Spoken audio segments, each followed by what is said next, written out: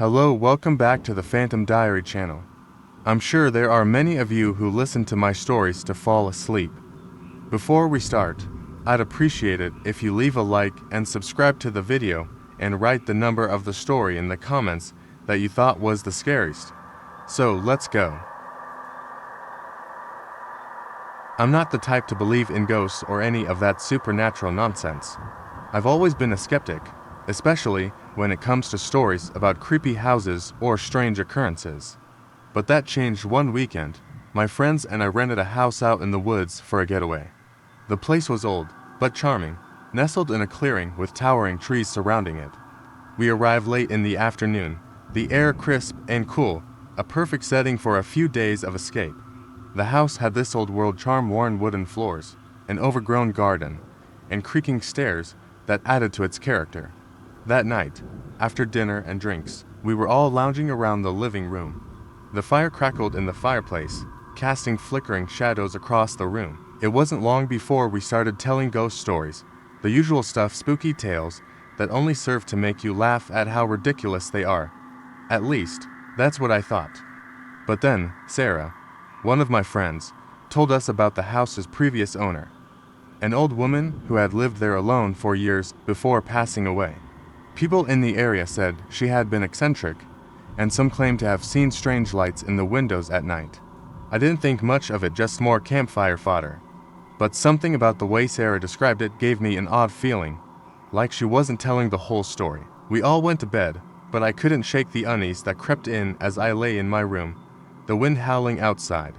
I tried to convince myself it was nothing, but as I drifted off to sleep, I heard it, a soft tapping.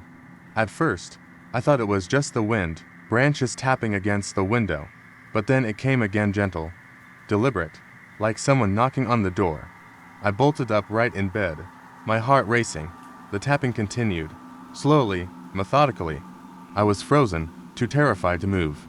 Was it one of my friends playing a prank? I tried to call out, but my voice caught in my throat. The sound was too close now, as if whoever or whatever was at the door was standing right outside. Then, a whisper, not a voice from inside the house, but from just beyond the door. It wasn't words, just a low, guttural sound, like someone breathing heavily. I must have stayed there, motionless, for what felt like hours, but eventually, the sound stopped. I was too scared to go back to sleep. So, I lay there in the dark, staring at the door. Eventually, the morning light filtered through the windows, and the house felt quieter, more ordinary. The next morning, I didn't mention what had happened. I assumed it was just my imagination. Maybe the wind had been stronger than I thought. But, as we were having breakfast, Sarah mentioned something odd. She said she had heard someone walking around outside her window in the middle of the night. I didn't say anything at first, but the others began sharing similar stories. Mark had heard a knock on his door. Emily had heard what sounded like footsteps on the stairs. We all chalked it up to nerves or old house creaks. But deep down, we all felt something wasn't quite right. That afternoon, we decided to go hiking through the woods, trying to shake off the unsettling feeling. We stayed out for hours, but when we returned to the house, the mood had shifted. The air felt thicker, and the house felt colder, though the fire was still burning in the hearth. It wasn't until later, that evening, that we finally saw something that didn't make sense. The front door, which we had all double-checked before leaving, was wide open. None of us had opened it. We stood there, staring at the door, unsure what to do. Mark walked over to close it, and that's when we all saw it. At the foot of the door, barely visible in the dim light, was a single, muddy footprint. It was large, as if someone had been standing there, right outside. But no one had been outside the house when we were gone. The tension in the room was unbearable. We all stayed close together after that, too afraid to be alone. We heard no more tapping or whispers, but the air remained thick, oppressive. It was as if something or someone was watching us, waiting for the right moment. That night, after we had all retreated to our rooms, I heard it again. A knock, soft at first, then louder, more insistent. But this time, I wasn't alone. I heard it from the other rooms too. We all got up, too scared to sleep, and met in the hallway. We walked down the stairs together, our flashlights shaking in our hands. The knocking stopped when we reached the door. We all stood there, eyes wide, too scared to move. Then, slowly, the door creaked open on its own. I'll never forget the feeling of cold air rushing past us as we stared into the dark night beyond. And then, as if in response to our shock, we heard a laugh, high-pitched and unsettling, echoing from the trees outside. It was the old woman's laugh. But no one was there, nothing was there. We left the house the next morning, never looking back. I never believed in things I couldn't explain. I'd laugh off ghost stories, chalking up strange sounds and eerie feelings to the mind's ability to imagine the worst. But that weekend changed everything. A group of friends and I decided to rent a cabin in the mountains. The type of cabin you see in those old horror movies, isolated, surrounded by trees, with nothing but silence for miles. I was a little uneasy at first, but I shrugged it off. I'd heard the stories, sure. But this was just a weekend away. What could go wrong? The first night was normal enough. We had dinner, played cards, and laughed around the fireplace. The night was calm, almost too calm. The only sounds were the occasional crackle from the fire and the soft howls of wind outside. We were about to call it a night when we heard a soft knock on the door. It was so light, I thought maybe I imagined it. But then it came again, more insistent. My friend Mark, being the curious one, went to answer it. He swung the door open, but no one was there. We all laughed it off, but I couldn't shake the feeling that something was off. Mark closed the door and locked it, but I noticed the way his hands trembled as he did. We headed to our rooms and tried to sleep. But just as I was about to drift off, I heard it again, the same knock. My heart skipped a beat. I wasn't the only one. One by one, I heard whispers coming from the other rooms. Everyone had heard it. Mark tried to convince us it was just the wind, but I knew better. This wasn't wind. This was something at the door. We tried to laugh it off, but none of us could sleep. Every little creak, every gust of wind, felt like it was right on top of us. Eventually, around 2 a.m., the knocking stopped, but we couldn't shake the feeling that we weren't alone. The next morning, we decided to leave early. There was no way we were staying another night. As we packed up, I noticed something strange. The doorknob was cold, unnaturally cold. I reached out to touch it, and it felt as if it had been exposed to ice for hours. I shook it off and went back inside to grab my things. That's when I saw there was a dark smear on the door frame. Not dirt, it looked more like a handprint, but the fingers were too long, the shape too unnatural. I felt a chill run down my spine. We rushed out of there, eager to put the place behind us. But the moment we left the cabin and got into the car, I saw something in the rearview mirror, a face. A pale, gaunt face, staring at us from the window. I blinked, and it was gone. I didn't tell the others. They had enough to worry about, and I wasn't sure if I had just imagined it. As we drove down the mountain, I felt uneasy, like we were being watched. When we finally reached the highway and I thought we were safe, we pulled over to grab a coffee at a small, run-down diner. While waiting in line, I overheard a conversation between two locals. One of them was telling the other about a missing family, who had rented a cabin up in those very mountains over a decade ago. They were never found. The authorities speculated they had simply vanished, but one of the officers had written something strange in his notes. The knocking didn't stop. It kept coming, even after they were gone. I froze. I turned to glance out the diner window, feeling the hairs on my neck stand up. That's when I realized, just as we had packed up to leave, the knocking had stopped. But it hadn't stopped for us. It had stopped for them. We were the ones who were supposed to stay. I never thought I'd find myself in this situation, but here I am, sharing a story that still keeps me up at night. A few years ago, my friends and I rented a cabin for a weekend getaway. It wasn't an extravagant place, but it was tucked away in a secluded part of the forest, far from civilization. Perfect for a group of friends looking to disconnect. We arrived just as the sun was setting, the air crisp with the scent of pine. We settled in, made ourselves comfortable, and as evening fell, we gathered around the fireplace. It felt perfect, but things began to feel off. At first, I thought it was the isolation or maybe the silence that surrounded the cabin, but it was more than that. It felt like we were being watched. Around midnight, we decided to go to bed. The house grew quiet, save for the occasional creak of the old wood settling. I lay there, staring at the ceiling, trying to push away the sense of unease that gnawed at me. It wasn't long before I heard something faint, at first, like soft tapping at my window. I convinced myself it was just the wind, the trees brushing against the house. But then it came again, louder. It wasn't the wind. It was deliberate, like someone or something was knocking at my window. I lay there, paralyzed, heart pounding in my chest. The knocks grew faster, then stopped. I didn't dare look out the window. Instead, I turned on my side, trying to ignore it, willing myself to sleep. But sleep wouldn't come. I heard the sounds again, but this time they weren't from the window. It was at the door, slow, deliberate knocks, as if someone was waiting for me to answer. I sat up in bed, frozen, and listened. Then came the voice. "Let me in." It was faint, like a whisper carried by the wind. My breath caught in my throat. I wasn't sure if it was real, but it felt like it was coming from right outside my door. My heart raced. I couldn't move. I couldn't even breathe. The voice came again, this time more insistent. "Let me in." I finally worked up the courage to peek through the crack in the door, but there was nothing. No one. Just the dark, empty hallway. Still, I couldn't shake the feeling that something was out there. The next morning, I didn't mention anything to the others. They were all still sound asleep when I woke up, so I kept my nerves to myself. But as we sat around the breakfast table, one of my friends, Laura, spoke up. "I heard something weird last night," she said, her voice shaky. Like, knocking at my window. It was ... like someone was outside. I thought I was just imagining it, but now I'm not sure. The others exchanged uneasy looks, but no one said much. I couldn't believe it. I wasn't the only one.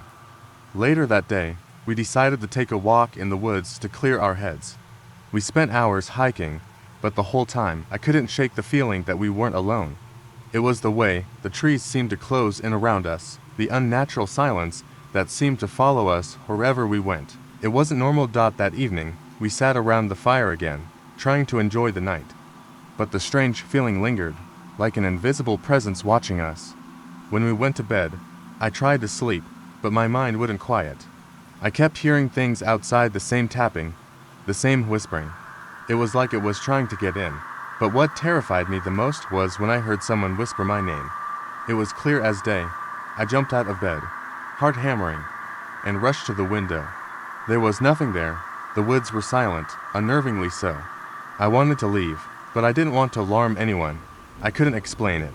I had to stay calm. The next morning, we packed up early. None of us spoke much, but there was an unspoken understanding. We were all on edge, and none of us wanted to stay another night. As we walked to the car, I glanced back at the cabin. That's when I saw at the front door. It was wide open. We had all locked it the night before. I didn't wait to investigate. We piled into the car and drove off in a hurry. But, as we left the woods behind, I noticed something strange in the rearview mirror, just for a second. A figure standing at the edge of the tree line, watching us. I don't know who or what it was, but I'll never forget the feeling. It was like we were being followed, watched by something that wasn't quite human. After that weekend, I tried to forget it. I told myself it was all in my head, just a trick of the mind. But when I looked at the photos we took during the trip, I saw something odd. In the background of one of the pictures, standing at the cabin's doorway, was a shadowy figure, just out of focus, and it wasn't any of us. To this day, I don't know what we encountered, but I know one thing for sure: whatever it wasn't human. It was supposed to be a quick weekend trip, just me and my 3 closest friends heading out to a cabin in the woods. We were all burned out from work and needed a break. A friend of a friend had a secluded cabin, so we figured it would be the perfect place to unwind. We got there late Friday night. The cabin was isolated, nestled deep in a dense forest with no neighbors for miles. The air was thick with the scent of pine, and there was a slight chill in the air. I remember feeling uneasy the moment we stepped inside. The place was old, creaky floorboards, antique furniture, and strange, lingering smells that I couldn't place. But I shrugged it off. We'd come to relax. After a few beers and some casual conversation, we all went to bed, each of us in different rooms. The silence in the cabin was oppressive. I tried to sleep, but something about the stillness kept me awake. The wind was blowing hard outside, causing the old windows to rattle. Then I heard something else soft, steady tapping on the window. At first, I thought it was just the wind, but the tapping was rhythmic, deliberate. I lay there in the dark, too afraid to get up and look, but also too curious to ignore it. The tapping continued for what felt like an eternity. It didn't stop, even as the wind howled louder outside. I finally convinced myself it was probably a branch or something brushing against the window. Still, I couldn't shake the feeling that I wasn't alone. The next morning, I didn't mention it to the others. They all seemed perfectly fine laughing, joking, completely oblivious to any weirdness. But, as we sat around eating breakfast, I saw something out of the corner of my eye. It was a shadow, moving across the wall. I turned quickly, but nothing was there. I tried to ignore it, but that sense of being watched never left. That afternoon, we went hiking, hoping to clear our heads. The deeper we went into the woods, the more on edge I felt. There were no animal sounds, no birds, nothing. It was so eerily quiet, like the forest itself was holding its breath. We eventually made our way back to the cabin, but as soon as we arrived, things took a turn. The front door was wide open. None of us had left it that way. Did anyone leave the door open? Mark asked. No, Sarah replied, eyes wide. I was with you guys the whole time. We stood there for a moment, frozen, before we slowly entered. Everything seemed normal until we reached the living room. There was something on the floor, in the middle of the room. It was a small, old doll, its face cracked and its clothes torn. I had no idea where it came from. None of us had seen it before. I bent down to pick it up, but as my fingers brushed against it, a cold chill ran through me. I quickly stood up, dropping the doll. Something wasn't right. I could feel it. The hairs on the back of my neck stood up, and I could sense a presence, like someone was standing just behind me. Let's go outside, I said, my voice shaking. I need some air. We stepped out onto the porch, and that's when I heard footsteps. Slow, deliberate, coming from the woods. One of us had to be messing with the others, but no one moved. The footsteps grew louder, closer, until they stopped just beyond the edge of the porch. The air was thick with tension as we all waited. But then, just as suddenly as it had started, the sound stopped. No more footsteps, no more rustling in the trees. We stood there in silence for what felt like hours, before I decided to get some rest. But when I went to bed that night, the tapping returned. It was louder this time, more frantic. I pulled the covers over my head, too terrified to move. The tapping continued, until it suddenly stopped. I dared not open my eyes. The next morning, we packed up and left as quickly as we could. As we drove away, I glanced back at the cabin. It was in the distance now, just a small dot between the trees, but there was something that I noticed, something that chilled me to my core. The doll was sitting on the porch, staring straight at the road. The same doll we'd found inside the cabin. And in that moment, I realized the worst part: we weren't the first to be there. We rented the cabin to escape the stress of city life, 4 of us in total. It was deep in the woods, miles away from any kind of civilization. At first, everything seemed perfect. The cabin was rustic but cozy, surrounded by thick trees that made the outside world feel miles away. We spent the first evening around the fire pit, laughing and telling stories. As night settled in, the forest grew unnervingly quiet. I've always been sensitive to quiet places, but this felt different.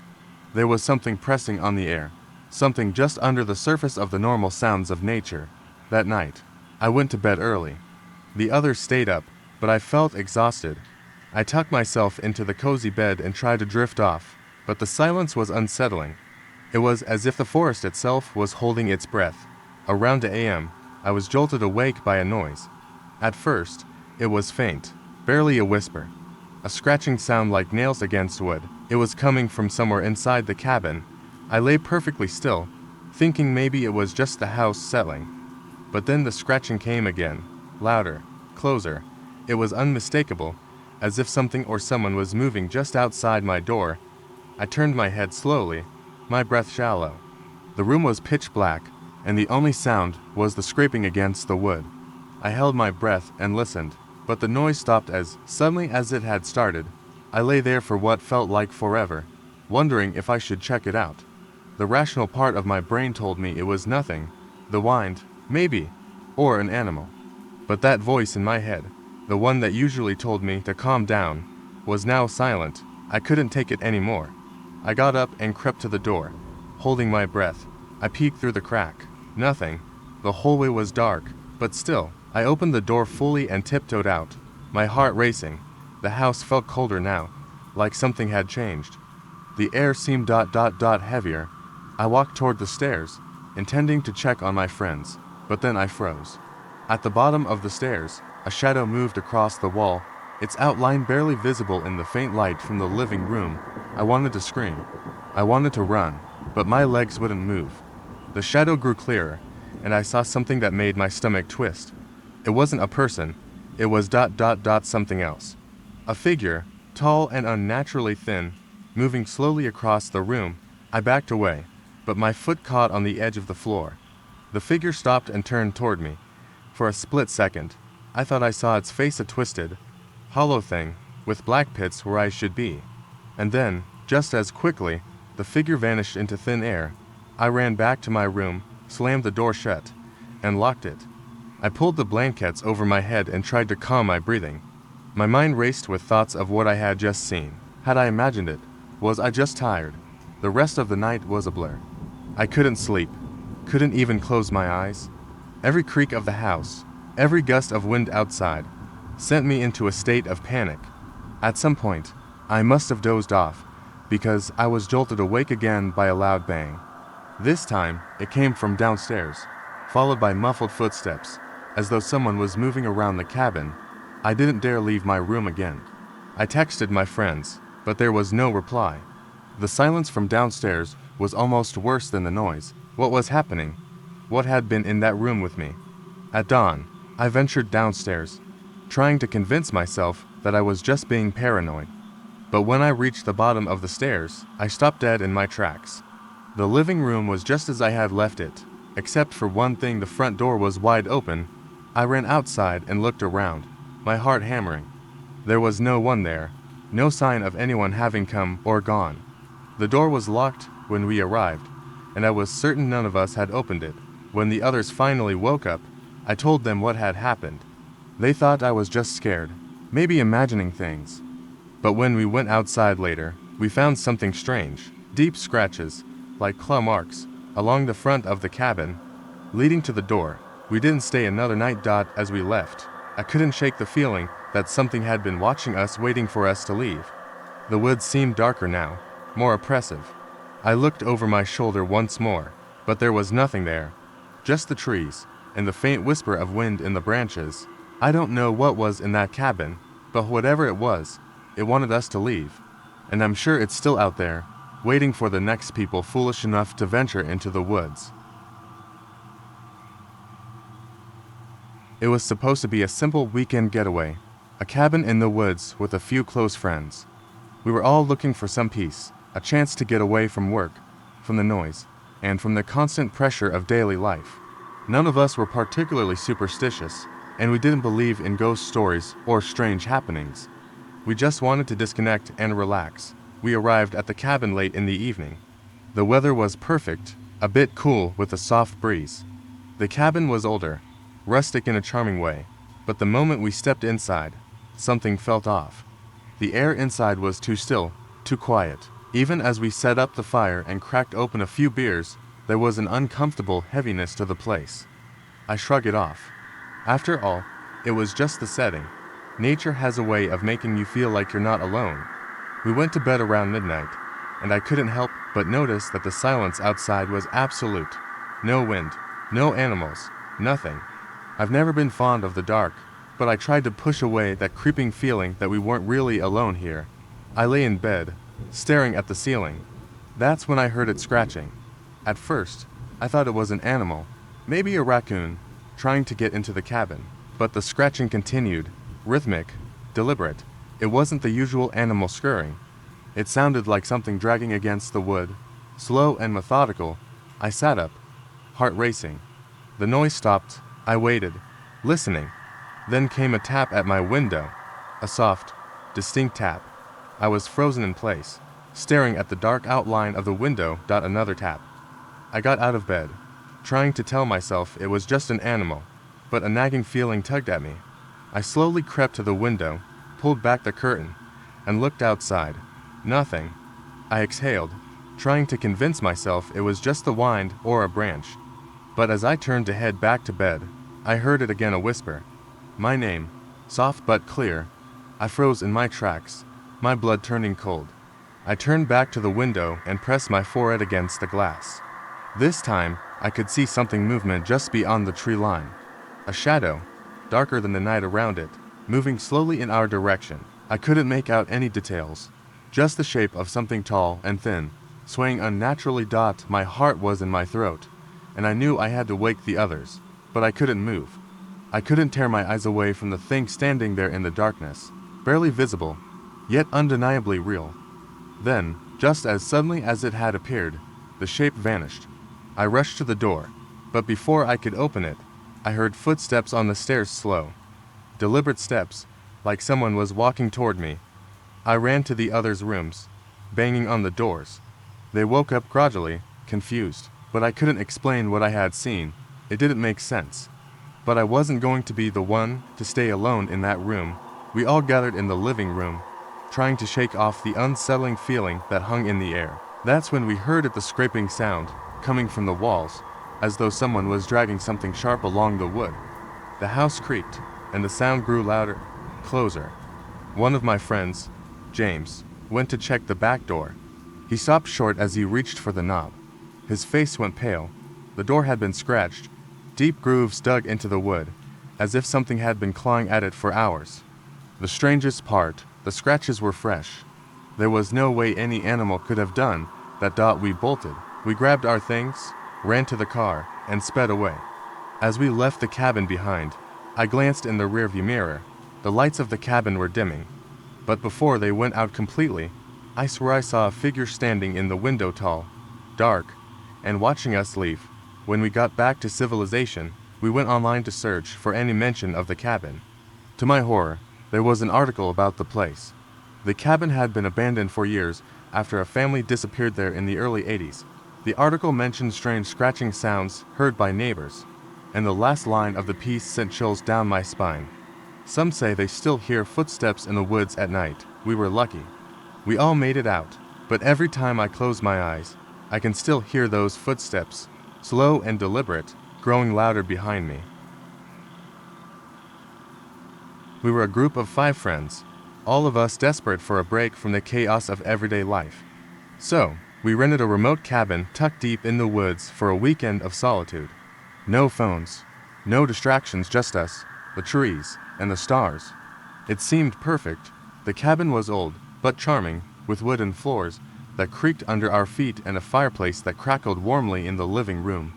The first evening passed in a blur of laughter and drinks. As the sun dipped below the horizon, a chill settled over the woods, and the wind began to pick up. It rattled the windows and howled through the trees like a warning, but no one took it seriously. We were having too much fun. That night, after we'd gone to bed, I woke up suddenly. The air in the room felt heavy, as if something was pressing down on me. At first, I chalked it up to the late hour, but then I heard it soft tapping at the window. It wasn't the wind, it was too rhythmic, too deliberate. My heart began to race. I lay still, holding my breath, hoping it would stop. The tapping continued. Slowly, I got out of bed and tiptoed to the window. I could barely make out the trees outside, their outlines swaying in the dim moonlight. Then I saw a figure, standing just beyond the reach of the trees. It was tall, too tall, its face hidden in shadow. It stood perfectly still. I stepped back from the window, my mind racing. Was it a person, or something worse? The tapping grew louder, more frantic, like a desperate plea. I didn't want to wake the others, but I couldn't shake the feeling that something was wrong. I tried to calm myself down, telling myself it was just an animal, maybe a bird or a branch, but I knew deep down it was and single quotes t. Eventually, the tapping stopped, but I couldn't go back to sleep. I lay in bed, staring at the ceiling, waiting for something to happen. Minutes passed, then hours, and just when I was beginning to think I'd imagined it, a knock came at the door. Soft at first, then louder, more insistent. I froze. The others were deep asleep. I couldn't bring myself to go to them. I could only lie there, listening, praying it would stop. The knock came again, and this time I heard a voice. It was low, barely above a whisper, but it sent ice through my veins. "Let me in." I wanted to scream, to wake everyone, but I couldn't move. I didn't even want to look at the door. The voice came again, more urgent this time. I could feel my pulse in my throat. I gripped the covers, my knuckles white, waiting for something to happen. But then, as suddenly as it had begun, the knocking stopped. The woods fell silent again. I didn't know how long I lay there, staring at the door, unable to move. The silence pressed in on me like a heavyweight at dawn. I crept out of bed, careful not to wake the others. The house was still and quiet. I stood by the door, staring at the handle, half expecting it to turn on its own. But nothing happened. I wasn't sure what I expected to find when I opened it, but I did. I stepped into the hallway, and everything seemed normal. The house was unchanged, but I couldn't shake the feeling that something had been there with me. Something not human. When we gathered in the kitchen later, I told my friends what had happened. They all laughed it off, saying it was just my imagination. But then Sarah, one of the girls in our group, spoke up. Her voice was trembling as she described hearing soft whispers coming from the woods the previous night. A voice that wasn't hers. None of us had heard anything like that before. We all thought it was just a coincidence, but we couldn't shake the unease that lingered over the rest of the day. That evening, we decided to leave early. The air felt wrong, thick with an unspoken tension. As we packed the car, I happened to glance at the door again. The same one I had heard the knocking at. To my horror, the doorknob was now covered in fresh scratches, deep gouges, as though something or someone had been clawing at it from the other side. We didn't stay another minute. As we drove away, I tried to rationalize it. But I knew deep down that something had been in that cabin with us. Something that wasn't just a figment of my imagination. It wasn't until later, when I looked through the photos from the trip, that I found the final, chilling detail. In one of the pictures we had taken of the cabin from the front yard, there was a figure standing just behind the window. Barely visible, it was the same tall figure I had seen outside the night before, its face still hidden in shadow. And in that moment, I realized the truth. We had never been alone in that cabin. It had been watching us the entire time. The cabin was supposed to be a quiet retreat, a chance to disconnect and unwind. My friends and I were overdue for a weekend getaway. So, when we found a secluded cabin in the woods, we jumped at the opportunity. We arrived late Friday evening, just as the sun dipped below the horizon, casting long shadows across the clearing. The cabin was exactly what we'd hoped for: old, rustic, and off the beaten path. There was something charming about the creaky floors and the smell of pine in the air. We gathered around the fireplace, laughing and reminiscing, settling in for what promised to be a peaceful weekend. But that first night, something felt off. As the fire crackled, the wind picked up outside, rattling the windows with a strange rhythm. It wasn't the kind of wind that howls, it was like something was tapping on the walls. At first, I tried to ignore it. Maybe it was just branches brushing against the wood. Then came the knocking. It was faint at first, like a soft tap on the front door. I glanced at my friends, but no one seemed to notice. The knock came again, this time louder, followed by a low scraping sound, like someone dragging something heavy along the floor. I froze, heart pounding. It wasn't just the wind. The knocking had a deliberate, almost human quality to it. Did anyone else hear that? I asked, my voice barely above a whisper. No one responded immediately.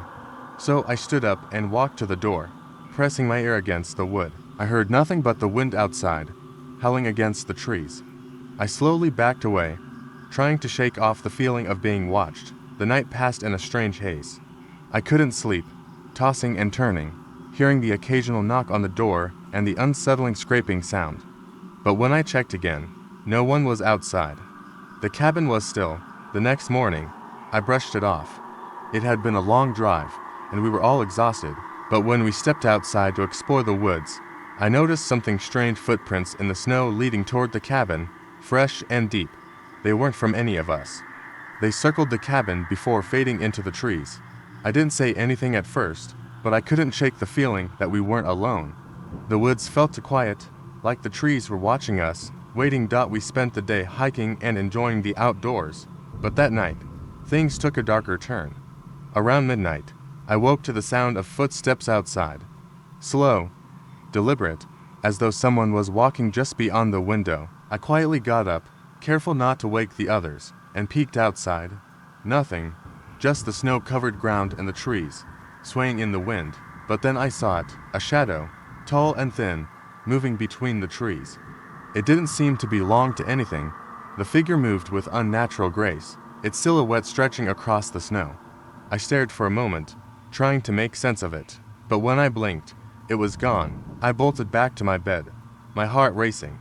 I lay there, wide awake, listening, and then I heard the knock. Soft at first, then harder, followed by a voice, faint but unmistakable. "Let me in." I froze. The voice wasn't human. It was ragged, almost distorted. I didn't know who it was or what it wanted, but I wasn't about to find out. I stayed still, too terrified to move, listening as the knocking came again, louder this time, right against the door. It didn't stop. Not until morning. The next day, I told my friends about what happened. They thought I was just spooked, maybe imagining things, but they agreed to leave early. As we packed up the car, I noticed something else. The footprints from the day before weren't just around the cabin, they were leading toward the woods, and they were fresh, but they didn't look like human footprints. They were too large, too deep, and there was something wrong about them. They circled around the cabin, but then, right by the door, there were more marks. Scratches, gouges in the wood, like something had been clawing at it from the outside. We didn't wait around to investigate. We left, and as we drove away, I glanced back at the cabin. The trees surrounding it were unnaturally still, the wind completely absent. We never went back, and I haven't been able to shake the feeling that something followed us. Something that had been waiting for us in those woods. Something that wanted in. What I didn't realize until later was that the knocking wasn't the scariest part. It was the voice, the one that whispered, "Let me in," because when I went back through the photos we took that weekend, I noticed something odd. In the background of one of the pictures, just outside the window, there's a figure standing in the trees, and it's smiling. It started as a normal weekend getaway with a few close friends. We rented an old cabin deep in the woods, far from the distractions of city life. The kind of place where you could relax, unplug, and enjoy the serenity of nature. But there was something off about this cabin from the moment we arrived. The place was isolated, surrounded by towering trees and an eerie stillness that made the air feel too heavy. We laughed it off as typical cabin in the woods vibes, but even I couldn't deny that the place felt wrong. Still, we brushed it off. After a long week of work, we needed the escape. The first night was peaceful enough. We had dinner, shared stories, and played a few games. But, as the night wore on, the house grew colder.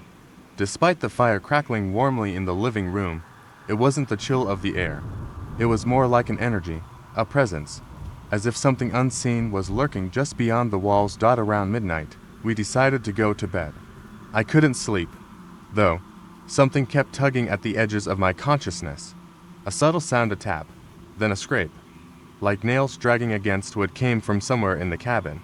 I told myself it was just the house settling, but it kept happening, over and over. I tried to ignore it, but the longer I lay there, the more uneasy I felt. At 2 a.m., I finally couldn't take it anymore. I got up, slipped on my shoes, and crept downstairs to check the place out. Everyone else was asleep. The house was dark, except for the dim glow from the fire in the living room, which now seemed oddly distant. I moved cautiously through the hall, listening intently. Then, from the kitchen, I heard a soft whisper, "Let me in." I froze. My blood ran cold. I thought it might be one of my friends playing a prank, but the voice was too strange, too guttural. I peered around the corner. No one was there. Just an empty kitchen, dimly lit by the light filtering through the window. I backed away slowly, but then I heard it again, louder, more insistent. "Let me in." My heart pounded. The voice sounded closer now, almost on top of me. I couldn't move. Something primal in me told me to run, but my feet were frozen to the floor. Just then, the door to the basement creaked open. I hadn't noticed it before, but it was there, ajar, as if inviting me in. I felt a compulsion to go toward it. I didn't want to, but my body seemed to move on its own, drawn to the dark doorway. As I approached, a cold draft hit me, and I heard the unmistakable sound of something scraping against the floor beneath me. I couldn't take it anymore. I turned and sprinted back up the stairs, not stopping until I was safely in my room, locked inside. My mind raced with fear, but my body was trembling with something else, something far deeper than mere fear. I stayed up the rest of the night, waiting for the others to wake up. When they did, I didn't mention what had happened. It sounded too insane. But, as we went through the day, I couldn't shake the feeling that I wasn't alone. Every time I glanced out the window, I saw shadows moving just beyond the tree line, as if something or someone was watching us. Later, that afternoon, we decided to head into the woods for a hike, hoping the fresh air would clear our heads. The hike was uneventful, and the unease I felt seemed to fade as we walked farther into the woods. But when we returned to the cabin, everything changed. The door to the basement was wide open. None of us had opened it. We all stared at it in disbelief, the strange sounds from the night before suddenly flooding my memory. Without a word, Mark, the bravest of the group, went over and cautiously descended the stairs. We all waited, holding our breath. Mark came back up after what felt like an eternity. His face was pale, his eyes wide. "There's nothing down there," he said, his voice shaking. "But there's a fresh trail of mud leading into the basement. It looks like someone's been walking through the cabin when we weren't looking." We all looked at each other, wide-eyed and speechless. We packed up and left that night, too shaken to stay any longer. As we drove away, I looked back at the cabin, the dark windows staring back at me like empty eyes. And that's when it hit me, none of us had ever heard the door creak shut. The silence in the cabin that followed us was far more terrifying than anything I could have imagined. I've never been back to that cabin, and I've never told anyone what happened. But I'll never forget the feeling that something had been waiting for us, just beyond the walls. And now, every time I hear a whisper or feel a draft of cold air, I wonder if whatever it was is still out there, watching. Waiting. I've always loved old houses, the creaking floors, the smell of dust and history. It all felt comforting to me. So, when a friend of mine offered me a weekend stay in a remote house she had recently inherited, I jumped at the chance. It was an isolated 2-story place, surrounded by thick woods, and from the moment I arrived, something about it felt off. The first night, I felt fine. My friend had warned me about the odd noises, saying it was just an old house settling, but the more I thought about it, the more I realized I hadn't heard anything normal. Every creak, every faint whisper in the walls made my skin crawl. I brushed it off. It was just the house settling, right. That night, I decided to sleep on the couch downstairs. The upstairs felt too isolated, too empty. I tried to make myself comfortable, wrapping myself in a blanket as the night grew colder. The wind outside howled, but it didn't bother me much. I'd always liked the sound of a storm. At around 3 a.m., I was woken by a strange noise. It sounded like footsteps, slow and deliberate, coming from upstairs. My heart skipped. I knew no one was supposed to be here with me. I stood up, thinking maybe my friend had come down for something, but when I peeked upstairs, the hall was empty. I stood frozen, trying to decide whether I should go back to sleep or investigate. The footsteps grew louder. They were now coming down the stairs. I froze, not daring to move. The stairs creaked with each step. 1, 2, 3. I could hear the weight of each footfall, as if someone was walking slowly down toward me. But when I looked, no one was there. My pulse quickened. I looked over at the staircase, feeling an overwhelming urge to check. Slowly, I stood and made my way to the foot of the stairs. The air had gotten colder, almost icy, but nothing was there. No one was coming down. Relieved, I laughed to myself, thinking it must have been my mind playing tricks. I walked back to the couch, but as I sat down, the unmistakable sound of breathing reached my ears. It was slow, steady, but coming from right behind me. I whipped around, expecting to see someone there. But nothing. The room was empty. My heart was pounding in my chest, and my head was spinning. Maybe it was just my nerves and overactive imagination, but deep down, I knew something wasn't right. I got up and locked all the doors. I even pushed a chair under the doorknob for good measure. I felt like I was being watched, though I couldn't pinpoint why. When I checked the windows, everything outside was dark, still. No movement, just the wind. Around 4 a.m., I decided to leave the house. I didn't feel safe there anymore, but as I grabbed my bag, something caught my eye in the hallway mirror. It was my reflection only. It wasn't quite right. I stared at the mirror, confused. My reflection was smiling. I wasn't smiling. I backed away from the mirror, my pulse racing, but when I looked back, it was gone. The smile was gone, and the reflection seemed normal again. I grabbed my things and ran out of the house, not looking back until I was safely in my car. As I drove away, I couldn't shake the feeling that something was still in there. Watching me. The next morning, I got a message from my friend. It was a simple text. "Did you hear anything last night?" I texted her back, asking what she meant. Her response sent a chill down my spine. "I forgot to tell you there's a family who used to live there. They all died in a fire in the house years ago. People say their spirits are trapped in the walls, still walking around, still breathing." I felt my stomach drop. What did I see in that mirror? Was it one of them? Had they been there all along, waiting for someone to notice? The last thing she wrote haunted me long after I left. The weird thing is, sometimes people leave that house, but they never seem to fully leave.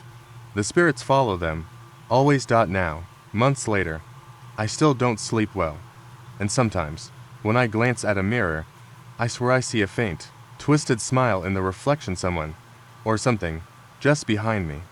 But when I turn around, nothing is there, and I can't shake the feeling that it's waiting to follow me again. I never thought I'd be one of those people who would have something to say about a haunting. I've always been skeptical, dismissing strange noises or feelings as the result of stress or overactive imaginations. But that weekend, my beliefs changed forever. My friends and I had rented an old house for a quiet weekend getaway. It was isolated, surrounded by dense forest, the kind of place you can only reach by a long, winding road. When we arrived, the house looked just as we expected, charming, old-fashioned, with creaky floors and antique furniture. Nothing about it seemed unusual at first. We spent the day exploring the area, taking in the fresh air, and enjoying the solitude. By dusk, we were back inside, sitting around the large fireplace, talking and laughing. As night fell, the atmosphere in the house changed. It was subtle at first, a slight chill in the air, the fire flickering, and then, the sound started. At first, it was just creaking, a few odd noises from the floorboards above us. I didn't think much of it. Old houses are known for settling. But, as the evening wore on, the noises grew more distinct. There were footsteps, heavy and deliberate, pacing across the floor above us. I looked at my friends. They were all chatting, oblivious. I didn't want to sound crazy, so I stayed quiet, trying to convince myself that it was just the house. But the footsteps didn't stop. They went on for minutes, circling the room above, like someone was pacing around up there. Eventually, I couldn't ignore it anymore. I stood up, telling my friends I was going to check upstairs. They laughed it off, assuming it was just the wind or the house settling. But as I made my way up the narrow stairs, my heart pounded harder with every step. The air grew colder, and I could feel the hairs on the back of my neck standing up. When I reached the top of the stairs, the house was silent. To silent, I moved down the hallway, checking each room, but there was no one there. No sign of any movement, just the eerie silence of the old house. I thought I was being paranoid, but as I turned to head back to the stairs, I saw it. A door, slightly ajar, at the far end of the hallway. It hadn't been open when I first came upstairs. I froze. The footsteps, the creaking, all made sense now. Something or someone had been up here. My breath hitched as I approached the door.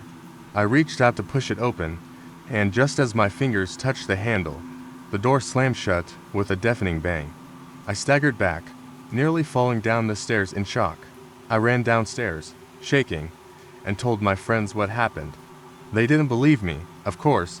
They joked about it, but something in my gut told me we weren't alone. That night, I couldn't sleep. Every creak, every whisper of wind against the walls made me jump. I stayed awake, staring into the darkness, waiting for whatever it was to make itself known. Then, around 3 a.m., I heard it. A soft knock on my bedroom door. My blood ran cold. I held my breath, too terrified to move. The knock came again, louder this time. I slowly rose from the bed and approached the door, but as I reached for the handle, I heard a whisper. "Let me in." I froze.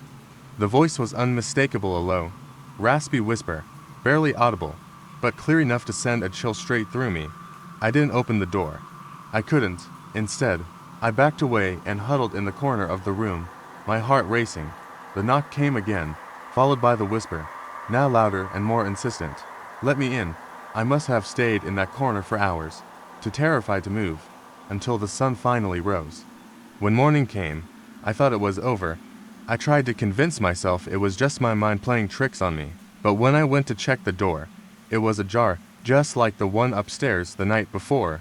I didn't say anything to my friends. They were still asleep, oblivious to what had happened. But, as we packed up to leave, I noticed something strange. A small, almost unnoticeable handprint on the doorframe, tiny, but clear enough to make my stomach churn. We left that morning, never speaking of what happened. I still don't know what it was, but every time I close my eyes, I hear that whisper in my ear, "Let me in." It was late in the afternoon, and the park was starting to empty out. Most visitors had left for the day, and I was finishing up some paperwork in the ranger station when the radio crackled to life. There was a report of a strange sighting near one of the old trails, a popular spot, but not heavily trafficked. No one had gone out there in weeks, so the call struck me as odd. I grabbed my flashlight and radio and headed out, thinking it was probably just someone messing around. The air was crisp, and a thick mist had rolled in from the valley, making the trees look like towering shadows. The sun was setting fast, and the forest had a quiet, unnerving stillness to it. I made my way along the trail, the light from my flashlight casting long, jittery shadows across the path. The deeper I went, the more the mist seemed to close in around me, and I could feel the hairs on the back of my neck standing up. Every twig that cracked underfoot sounded too loud, too unnatural. I paused a moment, listening for anything out of the ordinary. But there was nothing, just the soft rustle of leaves in the wind. Then I heard an unmistakable noise. A child's laughter. It echoed through the trees, high-pitched and clear. I stopped dead in my tracks, my breath catching. There hadn't been any kids on the trail that day. And this wasn't the kind of sound you would expect to hear in the middle of the woods at dusk. The laughter was faint, almost playful, but there was something off about it. It didn't sound like a normal laugh. It sounded hollow, distant, as if it were coming from somewhere deep in the forest. I tried to brush it off, but then it came again, closer this time. "Hello." I called out, my voice sounding weaker than I intended. No response. Only the laughter. Louder now, taunting and echoing through the trees. I hesitated, but I knew I had to investigate. I wasn't about to leave the woods in the dark without figuring out what was going on. I followed the sound deeper into the mist. The trail narrowed, and the trees seemed to grow taller and closer, casting dark shadows over the path. The laughter continued, now mixed with strange, choppy breathing, like someone was struggling to speak. The hair on my arm stood on end. I rounded a bend in the trail and froze. There, standing at the edge of the path, was a figure, a little girl. She was dressed in an old-fashioned, frilly white dress that looked out of place for the woods. Her hair was long and tangled, falling over her face so I couldn't see her eyes. She was facing away from me, just standing there, perfectly still. My heart started to race, and the laughter stopped. My instinct screamed at me to turn back, but I forced myself to step forward, calling out to her, "Hey, are you lost? Are you okay?" She didn't move. I took another step, my flashlight trembling in my hand. The moment my beam hit her, her head jerked up sharply. The face that met me was not that of a child. Her eyes were wide, too wide, and her mouth stretched into a grotesque grin that was far too large for any human face. I stumbled back, the light flashing wildly around the trees. Suddenly, the mist shifted and parted in a way that felt unnatural, revealing a massive shape behind her. A shadow so large and dark it swallowed up everything around it. It was moving, slowly, like it was testing its weight with each step. I could barely make out a shape, something monstrous, towering over the little girl. It was like a large, misshapen figure, too blurry to be fully understood, but I could feel its presence in every bone of my body. The laughter came back, but now it was frantic, echoing from all directions. "Run!" I yelled at the girl, though I knew she wouldn't move. Without thinking, I turned and sprinted back the way I came, my flashlight bouncing wildly ahead of me. My breath was ragged, my heart hammering in my chest. I didn't look back, but I could hear the sound of something heavy moving behind me, the ground shaking with every step. I finally broke through the mist and back onto the main trail. The air felt suddenly lighter, and the world seemed normal again, as if nothing had ever happened. I stood there, panting, looking around. No towering figure, no girl, no strange laughter. Just the normal sounds of the forest at night. It wasn't until I got back to the ranger station that I noticed it on the back of my neck. Just under my jacket collar was something damp. I reached up and pulled it off, and in my hand was a small tuft of hair, but it wasn't mine.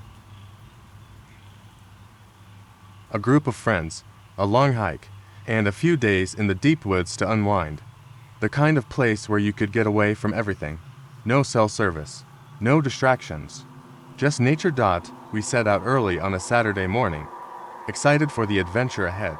The forest was dense, the trees towering above us like silent sentinels. It was the perfect place to disconnect, or so we thought.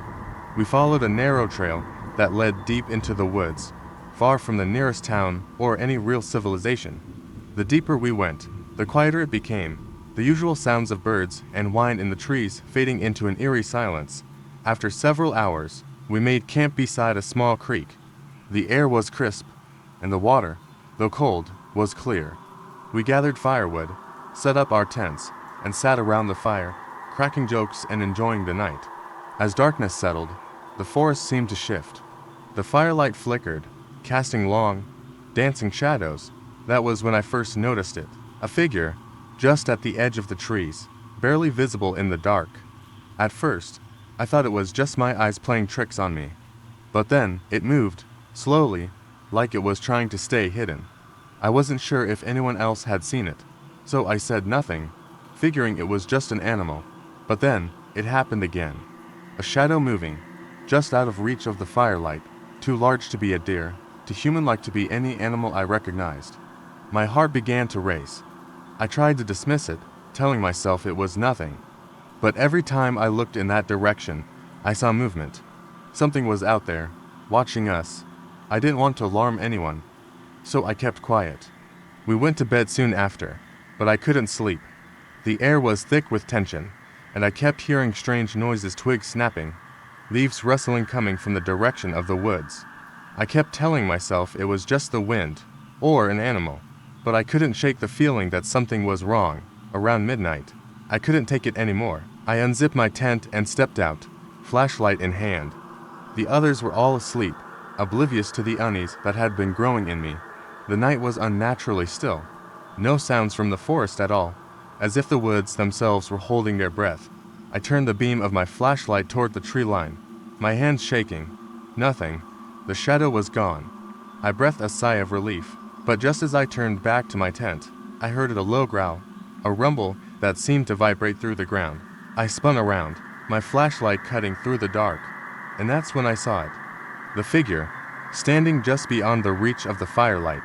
It was tall, impossibly tall, with long, gangly limbs.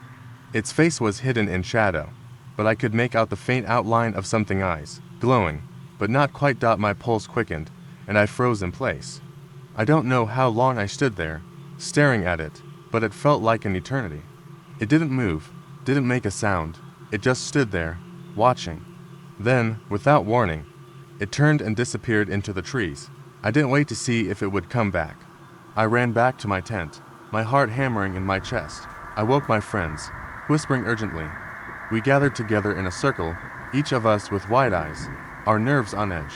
But there was no sound, no movement. It was as if whatever we had seen was gone. We spent the rest of the night huddled in our tents, barely able to sleep. Morning came, and the forest was eerily quiet again. We packed up quickly and left the campsite behind. But, as we walked back along the trail, I couldn't shake the feeling that something was still following us. The twist came when we finally made it back to the car and I checked my phone. It had been off all weekend, but as I powered it on, a message popped up. One that made my blood run cold. It was a picture, taken sometime during the night, just after I had stepped out of my tent. The figure from the woods, standing right behind me, its glowing eyes fixed on the back of my head. But the most chilling part, the photo was taken from inside one of our tents. As a park ranger, I had seen my share of odd things in the deep woods, but nothing prepared me for the night of the storm. It was late October, and the trees had shed most of their leaves, leaving the forest eerily bare. The air felt thick with anticipation as I patrolled the campground, the wind rustling the branches overhead like whispers of a forgotten language. I had just finished my usual rounds when the first raindrops began to fall. I headed back to my truck, ready to ride out the storm. That's when I received the radio call.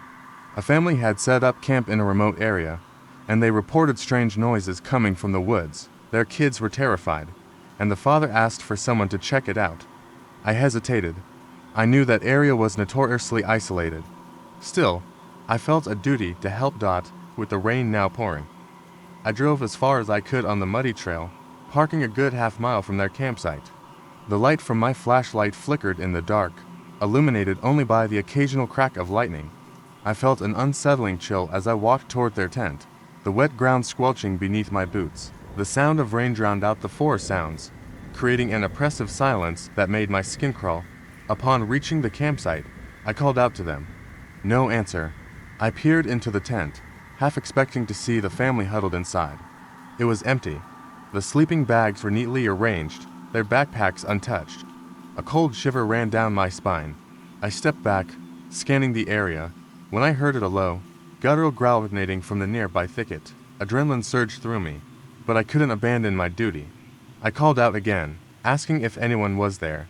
Silence hung in the air, heavy and suffocating. Just as I turned to leave, I saw movement from the corner of my eye. A figure, tall and slender, stood at the edge of the trees, barely visible in the shadows. It didn't look human. The figure stepped closer, and my heart raced as I tried to make out its features. It was all wrong to tall, limbs elongated, and its skin glistened like wet bark.